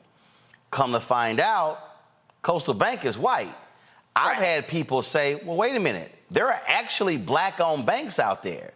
Why did Greenwood not go partner with the black-owned banks? Why are they partnering with this white bank, this Coastal Bank? That's one of the questions that I've heard people actually raising since this story became public. Right. I mean, I think that sometimes there's the rhetoric and then there's the reality. So if you look at who's funding Greenwood, top banks, venture arms of top banks, Truist Bank, City Ventures, PNC Bank. These are all like white banks, right? That's the banks in terms of where they raise money. But the people who have been signing up were black people. And it was sold, because again, when they came on this show, it was sold as, hey, this is a black bank. That's how it was sold. Right. And so you're absolutely right. And I think that we have to ask ourselves, what does it really mean to be black owned? What does it really mean to be black run? When you go up the sort of cap table and when you go up to the vendors and the service providers, those are not all sort of black folks. And I can't say exactly how the gathering spot did on that front. I know there's another black co-working space in Atlanta, the Russell Center. They have made a point of essentially hiring and working with entirely black vendors. But it's honestly difficult. And so I don't want to hang Greenwood for not being true to that, like consistent with that message all the way through, because most companies aren't doing that. And to be a neobank, to be a digital bank, you've got to have a back office essentially doing the banking services. But you're absolutely right. I don't know what conversations happened and why they weren't able to partner with a black community bank. I have no idea. But coming back to the lawsuit, I did want to make sure that folks understood that it actually wasn't Ryan and TK that initially alleged fraud. And I don't believe they have been the ones to allege fraud. Essentially, it was a breach of contract claim that they came out with, right? So they immediately said, hey, you didn't pay us what was called the Los Angeles Operating Reserve. It was a $900,000 payment that would have been triggered basically back in February based on their financials. And so Greenwood didn't produce a statement, that closing statement that comes after the deal is signed and closed. They didn't produce that. They didn't give the money. And so immediately, Ryan and TK kind of gathered up their documents, hired their lawyers, and filed. It's Greenwood that responded and said, hey, no, we don't owe you this money. Why? Because your financial statements were all wrong. So they weren't consistent with what the purchase agreement said, which is supposed to be GAAP. It's supposed to be an accrual-based accounting methodology. And you guys use a cash-based accounting methodology. And what that can do is that can change what your revenue looks like, what your expenses, what your debts look like drastically, especially if you're looking at a specific measuring period. But here's what I don't understand. Here's what I don't understand. I was involved. We were looking at doing a crowd fund. Yeah. And so what we then did was we then were going through financials. And what you just described, that's what they said. They said, hey, you guys are operating via cash accruals, and then we need GAAP. So we were like, okay. So we went through a process to actually do that. I'm trying to understand, if you are acquiring them, how in the hell you don't say that up front? How are you saying it after the fact? Absolutely, it makes no sense. That's why I said it was rushed. I literally said, before we do a crowd fund, before I even think about selling equity, let's get the book straight to make sure that we're satisfying this GAAP accounting versus a cash accruals, and that's what we did. Now, I never did the crowd fund. I didn't sell any equity, but that's what we're now. That's how we now have it set up. Yep. No, absolutely. So I can't say for sure, but this feels opportunistic. You know, it feels like they didn't understand the business that they were acquiring. Because you look at something like the Gathering Spot. This is a co-working space, essentially. It's a members club, but they've got a restaurant element. But at the end of the day, it's a brick and mortar business. So it's a capital intensive business, right? And then not only with the real estate, but also think about the people that they're hiring to operate the hospitality staff. So it's a capital intensive business. And Greenwood, if they did their due diligence, they would understand that. And so the fact that they're coming back now and so shocked that there isn't net income or profits in the Los Angeles location after just less than a year of operations, it doesn't make sense. The fact that they didn't do a quality of earnings, which is typically done before you acquire any business, you typically hire accountants, you do a quality of earnings report to kind of pressure test the financials. So things aren't adding up there. At the same time, the language in the purchase agreement was quite clear that it's GAAP, you know? And so the fact that the Gathering Spot didn't have the correct financials, you know, you're big boys. You can't just say, well, we just did it cash basis. We just did it that way. We always have. That's not a good enough excuse. So on both sides, it looks like they were kind of sloppy. And so in my view, there's good people on both sides. There's bad people on both sides. I think the issue here is the fact that Gathering Spot, their equity was rolled into Greenwood. And so right now they're looking at Greenwood being attacked and Greenwood's sort of brand equity really declining. But that also means that the Gathering Spot is also being, in a sense, declining, because all the shareholders are now tied up in what happens with the Gathering Spot, with Greenwood. And also, there's something else to kind of talk about here, which is that Greenwood was going after kind of like a roll-up strategy. So they didn't just buy the Gathering Spot. They bought Valence, which was a professional networking kind of career jobs platform. They bought another company called AC3. It's like a festival. They bought a company, another kind of fintech banking platform called Kinley, all Black owned, all startups.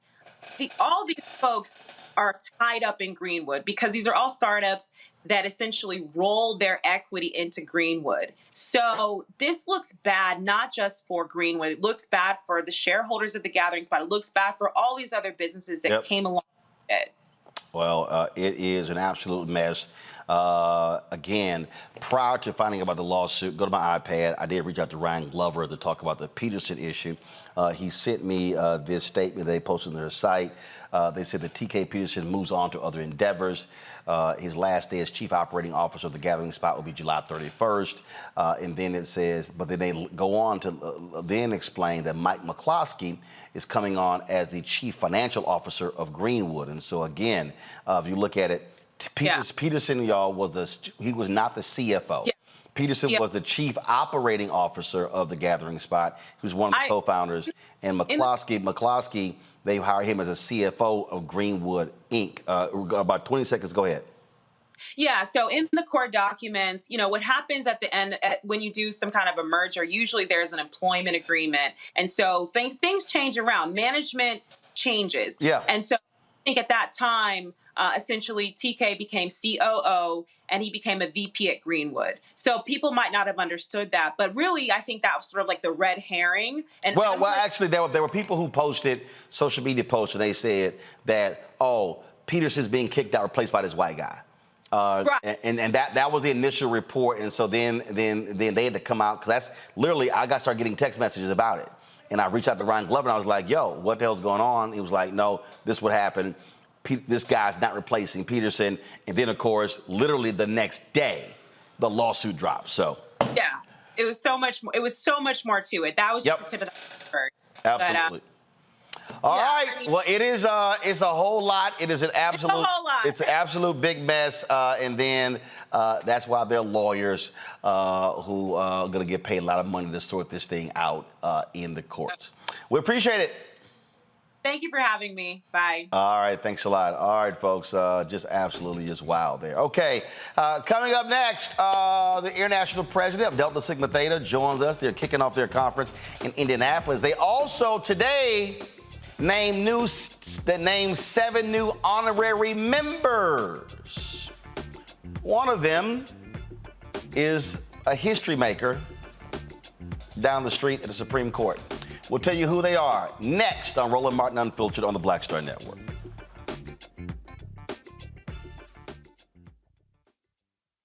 On the next Get Wealthy with me, Deborah Owens, America's Wealth Coach, Dexter Jenkins is a faith-based financial mentor with more than 20 years in the financial services industry.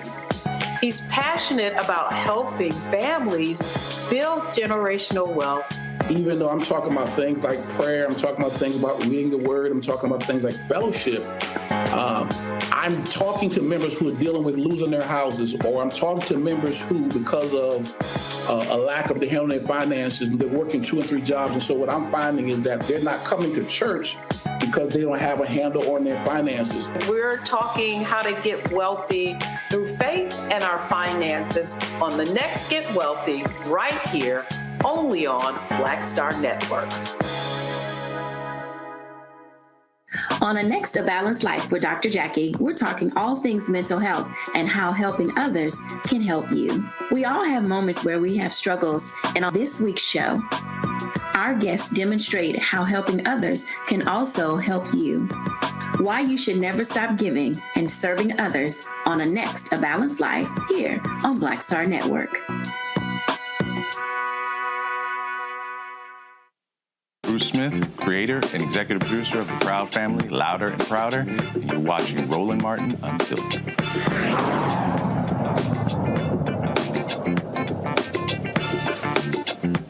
All right, folks, in the wake of the Dobbs decision, many of these states are going crazy. Kentucky is going to seek the private medical records of women who are going out of state to get an abortion.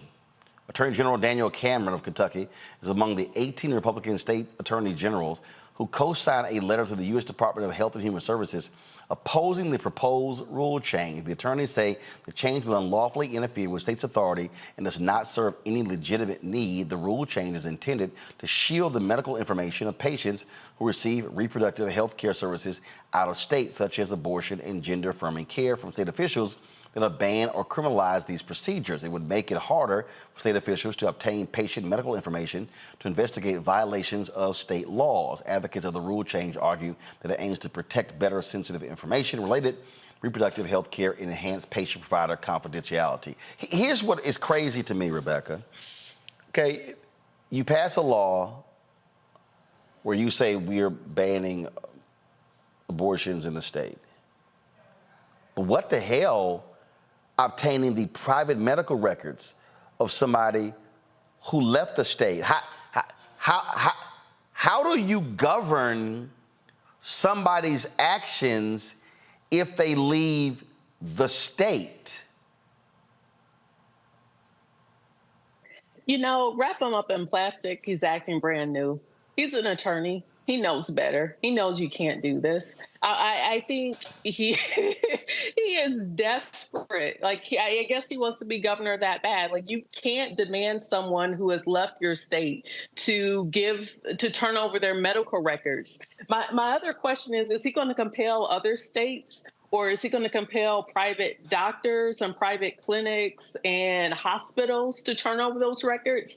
I don't even understand how he thinks he can do this. Like, I mean, I don't have anything else to say about it. I don't understand what Cameron's doing here. Robert, I'm confused here as well. I mean, literally, and this is not just Kentucky. There are other Republicans. They are trying. How do you obtain the private medical records of somebody? They're not breaking your state law. They're going somewhere else. And so are they now trying to say that if a law is passed in this state, it governs you wherever you go in America? I would like to mention, just as a slight tangent, this is the Republican Party that is always talking about freedom, that is always talking about the heavy-handed government that's going to be reaching into your homes. That's been talking about since the 1980s, this idea that big government is the enemy of the people. But now they want your private medical records to be given to government bureaucrats so they can find out what you've been doing. How about this? I will agree.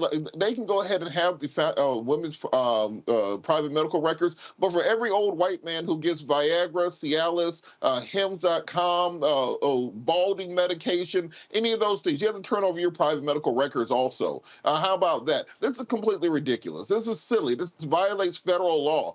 It would never happen, but what it is red meat for a Republican base in a campaign season during an election. It's something that you know will never happen, and therefore you can make it as extreme as possible. Think about what's going on the national level. Trump and DeSantis are arguing, well, I had a 15-week abortion ban. Well, I'm going to have a 6-week abortion ban. Well, I'm going to ban abortion before she even gets pregnant. That's the way that they're arguing now. They've come to the point of absurdity. The Republican Party has become a parody of American politics. They no longer talk about policy. They no longer talk about things that affect the American people. They think they can get enough Twitter likes and enough follows that social media will carry them to the White House. This is the death of a political party, and they're doing the last rattle before they go out the way the Whigs did. So here's what's interesting here, Scott. Perfect example. There are some states that now require you to show an ID in order to view porn. Louisiana is one of those states. Virginia is one of those states. Yes, Rebecca, like straight up. They've actually passed this as a law. They say to protect minors. So, Scott, if in Virginia I have to show an ID to watch porn, or Louisiana, does that mean that if I'm from Virginia or Louisiana and I go visit Texas, or I go to Idaho, or I go to California, that law follows me? That's literally what these people are saying, that they get to demand your personal information because you left the state. It's ridiculous, like Robert said. But the Mr. Kentucky AG, newsflash, your jurisdiction stops at the Kentucky state line.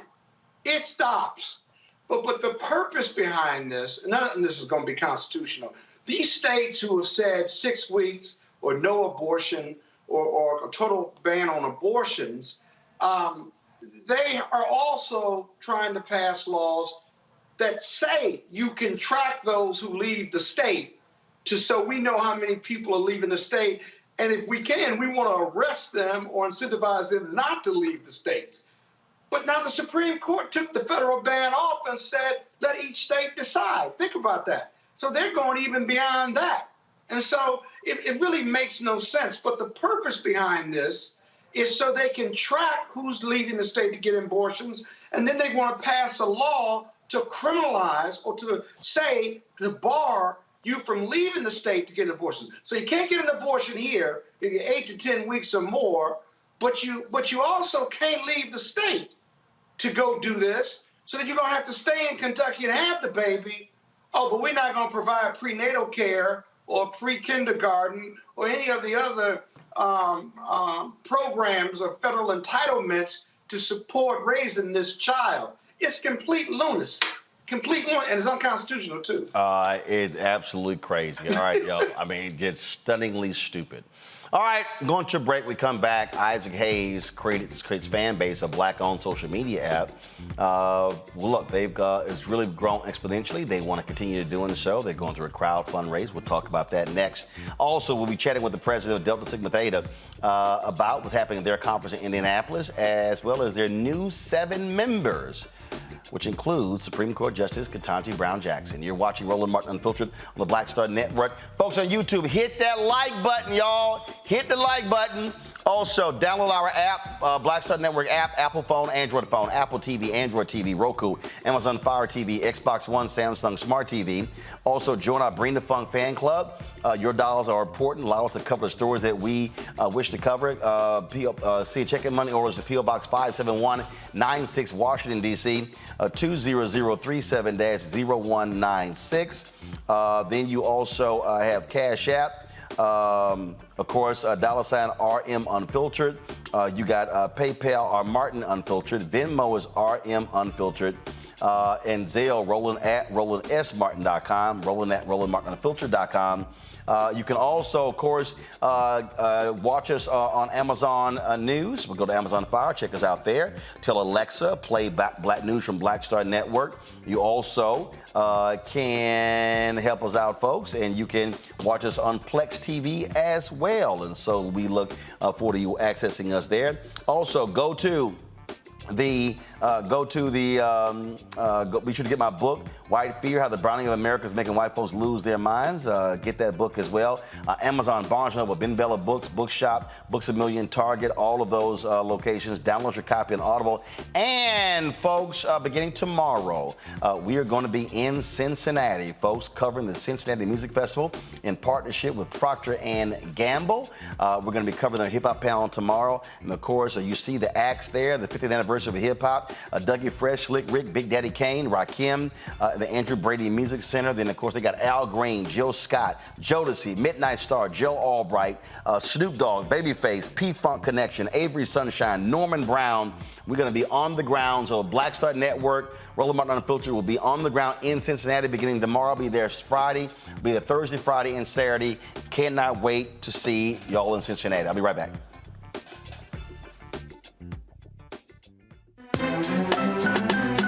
I'm Faraji Muhammad, live from LA.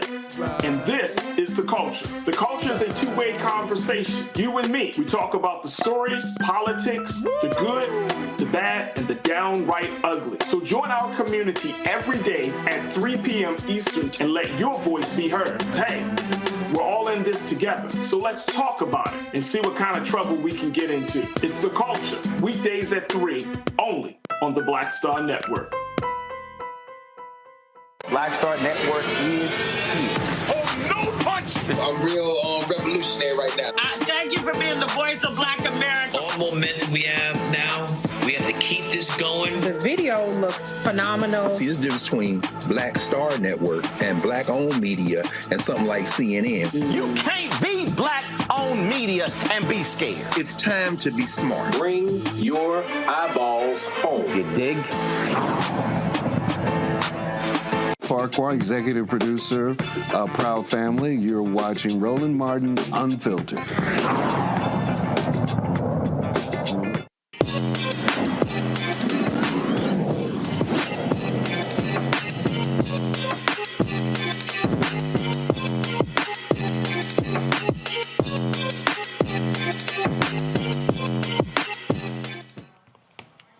All right, folks, while Twitter is going through all of its drama, you also, of course, have things happening at Facebook and Instagram. There, of course, is a Black-owned social media app called Fanbase, which allows for you to actually reach all of your followers, as well as allow for you to also get paid for your content. Isaac Hayes III, he is the founder of Fanbase. We've had him on the show before. I'm familiar with it as well. I've invested in part of his crowd fund.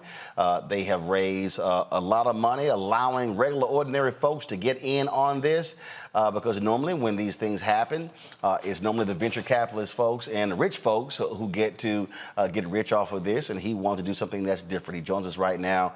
And so what's the latest with Fanbase, Isaac? What's up, Roland? How you doing, man? All good. All good. Yeah, well, actually, we are closing our final round in Reg CF crowdfunding on Fanbase. So far, I've raised about $9 million. We're at about $3.4 million, and I'm stopping at $5 million. And this is the last chance to invest in Fanbase in a Reg CF. So I've done 3 of these rounds, 3 successful rounds, and we're wrapping this one up right now, trying to close in the next week or so.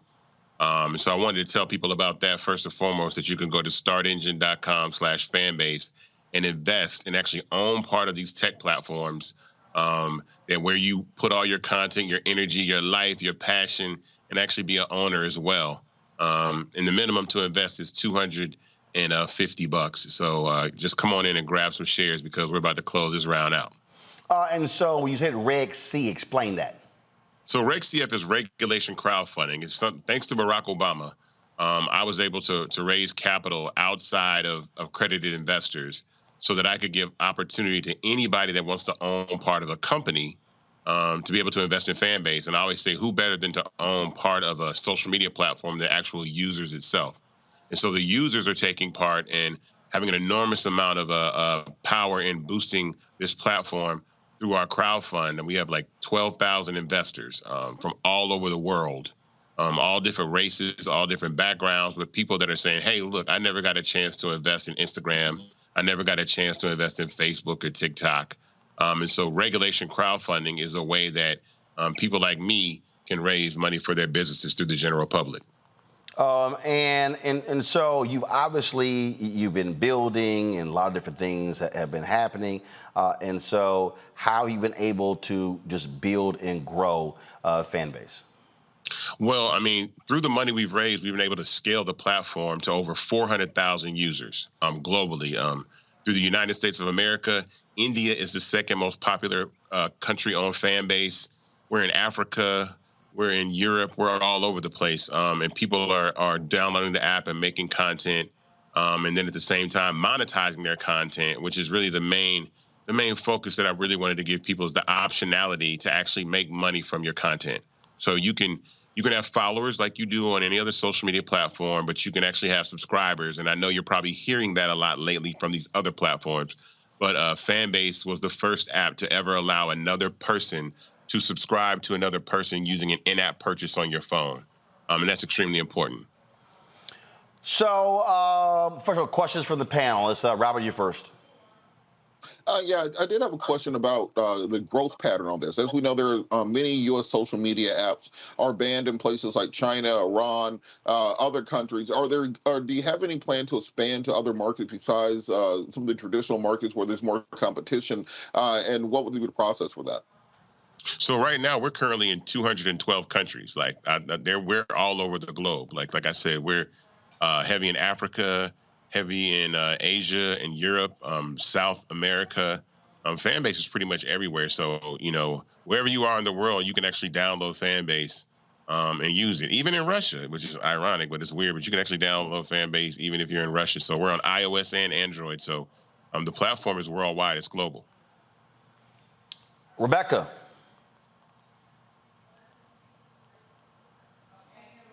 Rebecca, you're on mute. Rebecca's muted. There you go. Hey, good seeing you tonight. I am an investor in Fanbase. So I have a quick business question. Is it your goal to be majority Black owned, or is it your goal to continue to grow and then to be able to sell the platform? So I'll say this, every platform, every company is built to be sold in one way or another, either acquired by another company or go public on the stock market. The goal, and currently at Fanbase, I am the majority owner, but of the 12,000 investors that are invested in Fanbase, the majority of those are African-American people as well. And what's important about that is building generational wealth sometimes in our community seems like a competition rather than a culture. And I want to change that. I want to let people have the same opportunity that VCs get to put $5,000 into Uber and it turned into $24 million. That's a real story. There's a guy named Orrin Michaels that was allowed to put $5 grand into Uber and then turn it into $24 million. But meanwhile, the consensus is you should go spend your money on lottery tickets and try to win the lottery, or go to Vegas and gamble. But you could put $250 towards a startup, $1,000, $5,000 towards a startup, and you have better odds of coming out on top than you do with winning the lottery. It's just, mathematics. Even though most startups struggle, Fanbase has performed well above most social media platforms. Even a lot of our copycat competitors have either gone out of business that were founded after us, or even been acquired by companies and then dissolved. So we're holding strong because, number one, the tech team that I have is phenomenal. My CTO is phenomenal. The business model is phenomenal. And it's really disruptive. It's really taking advantage of the opportunity to do direct consumer content distribution and monetization. So it's incredible. Robert? I mean, Scott. Sorry, Scott. You mean Scott? Yeah, Scott. Yeah, Scott, I guess. I thought you were abusing me again. Yeah, whatever. Just stop whining and ask your question. Scott Bolden here. So if I'm an unsophisticated investor, is there a minimum give? And after I give, then is there a process for payout, or is the idea you hold the investment until you sell Fanbase and then I make a bunch of money? Yeah, so the minimum to invest in Fanbase is $250. And so this is a seed round investment. So this is no different than if you were investing in Facebook or Apple or Uber or platforms like those. And really what that means is you're going to ride the life of the company. So there's two eventualities to Fanbase, right? Fanbase will be acquired or it'll go public on the stock market. When that happens, when we're acquired, we just get bought out at a higher valuation than we are now. And currently Fanbase is valued at $85 million. And then either we go public on the stock market, and then the day we go public, you sell all your shares at the increased value of the share price at the time that we go public. So that's the difference. Now you're just along for the ride, which is typical with any startup that people invest in, even in venture capital or angel investors. All right, then. All right, tell folks where they can go to they want to invest in Fanbase. And again, this is the final raise.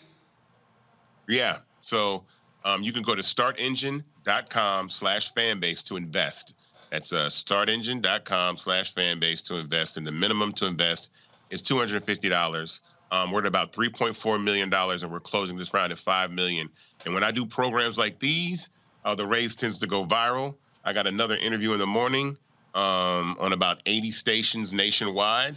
So I'm really putting out the effort to really go ahead and close this round out in the next week or so. So I hope to get as many people to invest, to tell a friend to go to Start Engine and invest in Fanbase. And if you go to Start Engine, just startengine.com, you'll actually see Fanbase. We're on the most funded section at the top of the app. I mean, at the top of the website, when you go in there, you'll see Fanbase right at the top of most funded startups. So we've broken records. I am the Black man that has raised the most amount of money in equity crowdfunding ever. So this is history, what's been going on with Fanbase. So I want to make as many people a part of it as I possibly can and give us an opportunity to have equity as opposed to the other guys. All right, then. Isaac, thanks a lot, man. Appreciate it. Thank you, guys, man. All right, folks, quick break. Coming up next, we'll chat with the international president, Delta Sigma Theta. They're kicking off their conference in the convention in Indianapolis. And just a few moments ago, they unveiled their 7 new honorary members. She'll tell us exactly who they are. Next on Roland Martin Unfiltered on the Black Star Network. My early days on the road, I learned, well, first of all, as a musician, I studied not only piano, but I was also drummer and percussion. I was all city percussion as well. So I was one of the best in the city on percussion. There you go. Also studied trumpet, cello, violin, and bass, and any other instrument I could get my hand on. And with that study, I learned again what was for me. I learned what it meant to do what the instruments in the orchestra meant to each other in the relationships. Right. So that prepared me to be a leader. That prepared me to lead orchestras and to conduct orchestras. That prepared me to know, to be a leader of men, they have to respect you and know that you know the music. You have to be the teacher of the music. You have to know the music better than anybody. There you go. Right, so you can't walk in unprepared.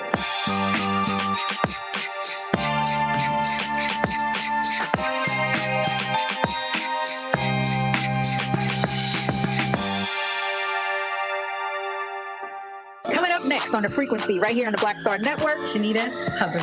We're talking about the ride or die chick. We're breaking it down. The stereotype of the strong Black woman. Some of us are operating with it as if it's a badge of honor. Like you even hear Black women like aspiring to be this ride or die chick, aspiring to be this strong Black woman trope at their own expense. Next on the frequency, right here on the Black Star Network.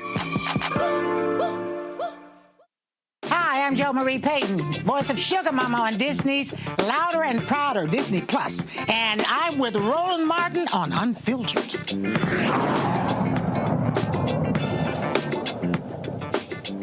Thousands of Deltas are gathering in Indianapolis right now, including my wife, my sister, and a whole bunch of other folks I know, for the Delta's International Conference.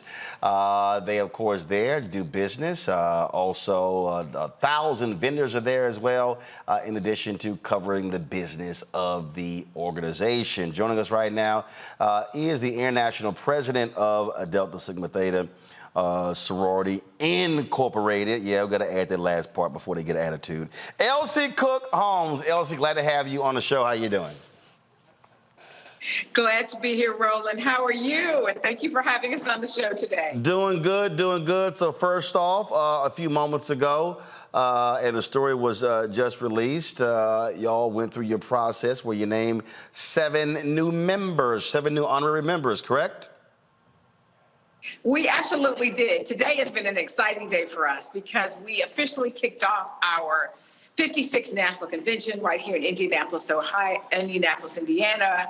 And part of our official opening is the initiation of honorary members. And we're very excited to have 7 new honorary members from various fields, if you will, all very accomplished in their respective areas. So we have Rashida Jones, who's president of MSNBC, Ambassador Bonnie Jenkins, who is the Undersecretary for Security and Arms Control and Cybersecurity with the State Department.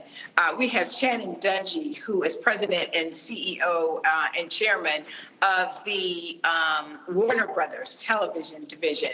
We have Tamika Catchings, who is one of the most renowned WNBA players right here, living right here in Indianapolis, but playing 16 seasons with the Indiana Fever and broke a lot of records, and has done so much philanthropic work as well. Then we have Phyllis Newhouse, who is an entrepreneur and does billion-dollar deals and really helps so many and helps women's empowerment, especially women of color as well. We have Deborah Lee, who as you know, for a number of years was president of BET.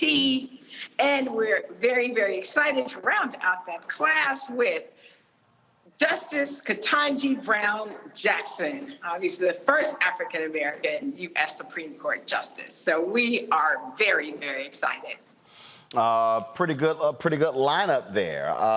And so obviously you're there. First of all, how many Deltas do you expect? First of all, how many have registered? How many do you expect to be in Indianapolis? Registered for in person, we have almost 13,000. We have over 10,000 registered virtually. So though they won't be heading to Indianapolis, they are joining us.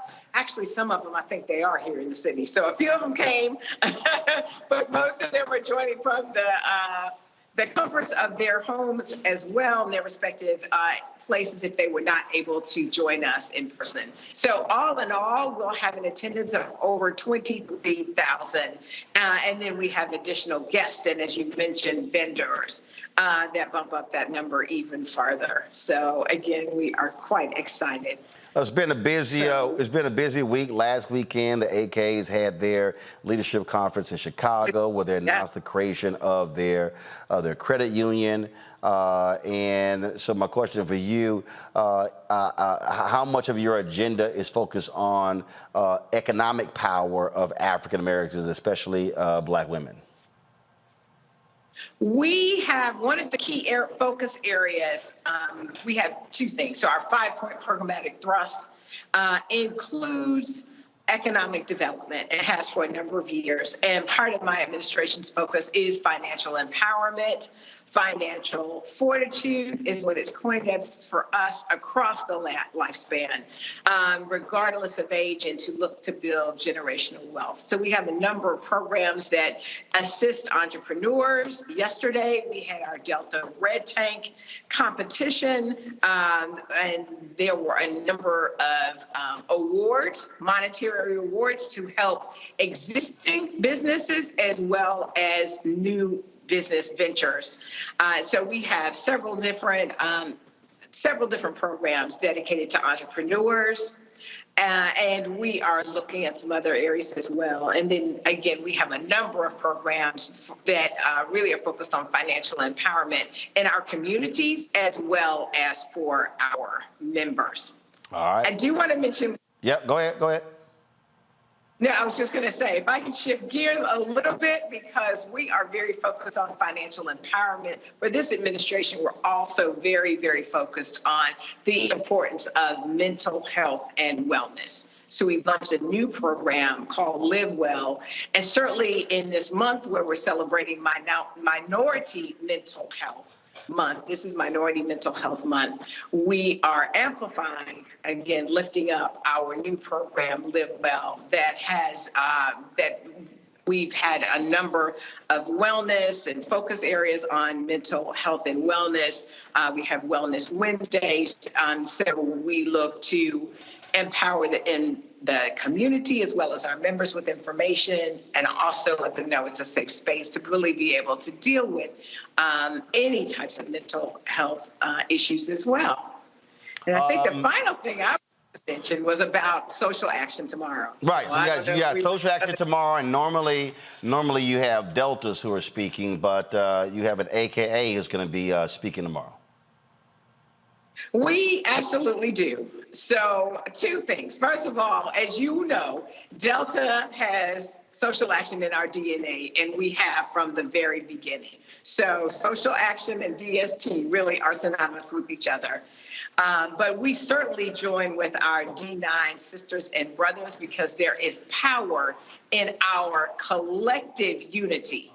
We are excited to have the Vice President of the United States of America, who happens to be a member of Alpha Kappa Alpha, to be our speaker. So the Honorable Kamala Harris will be the speaker for our social action luncheon tomorrow. And that luncheon is always a high point for our convention.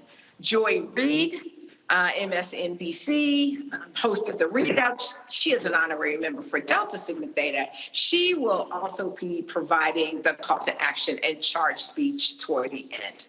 So we are excited about both speakers, but everyone, as you know, will be welcoming our Vice President, though she wears different D9 colors. We will be very, very happy to welcome the Vice President to our midst tomorrow. Questions from the panel real quick. Rebecca, you first. So just a comment, as a proud member of Alpha Kappa Alpha Sorority Incorporated, wish you well on your convention and congratulations on your newest grouping of honorary members. Thank you. Thank you so much. All right, Robert, what'd you say you played, Robert? Kappa Kappa Psi, the band frat? Is that what you said? Yeah, the band frat. Yeah. You probably played. All right. Robert probably plays the band frat and the gun frat. Robert, go ahead with your question for LC.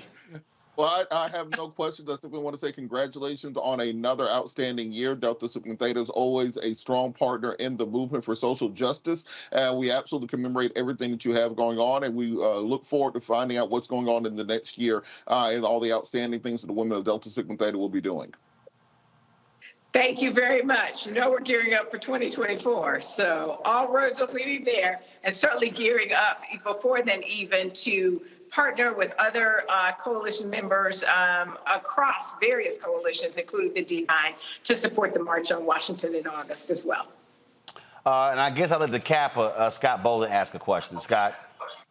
On behalf of every Kappa man in America, we're on our way to Tampa next week, or this week rather. Congratulations on your convention. I do have a question, though, and that is, yes. I'm sure you've been a longtime member of Delta Sigma Theta. What makes a great convention, this gathering? On the last day when you leave, what does a successful convention look like to you? A successful convention, it's funny you asked me that, because that's what we started with the end in mind thinking when we were doing our planning. A successful convention, being able to not only take care of the business of Delta Sigma Theta, which we know we will do, but to have a memorable experience full of sisterhood, full of connection, full of being able to saw us from across the mile. It's almost like a reunion, if you will.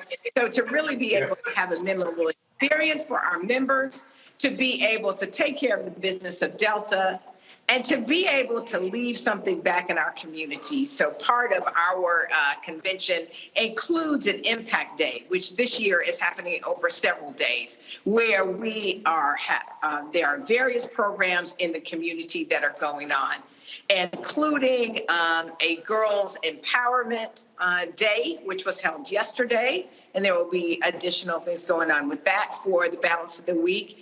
There's also providing opportunities for backpacks for back to school, but also suitcases full of supplies and clothes and other things for foster children. So there are several different programs that are going on.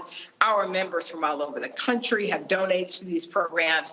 And so those programs are being done for the benefit of the community right here in Indianapolis.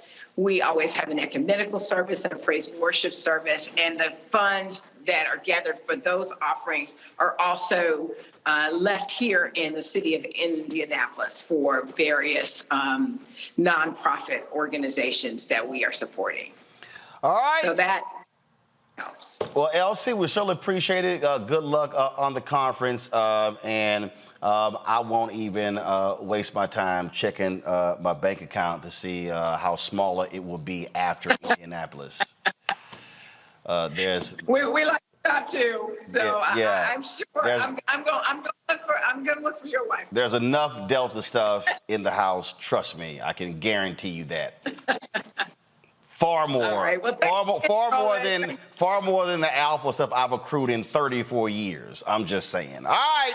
I appreciate it, Elsie. Thanks a lot. Good luck. Yeah. Take care, Roland. All right. That's it. Let me thank Kappa Kappa Psi, Robert. Robert, I know you played as the gun frat too, so I mean, surely you did. What's a Kappa Kappa? Yeah, okay, all right, okay. Well, there we go. Then, of course, we got AKA Rebecca, and then we got that little Kappa, Scott Bolden. All right, folks. Big Kappa. The whole, yo. That's enough. We don't need all that.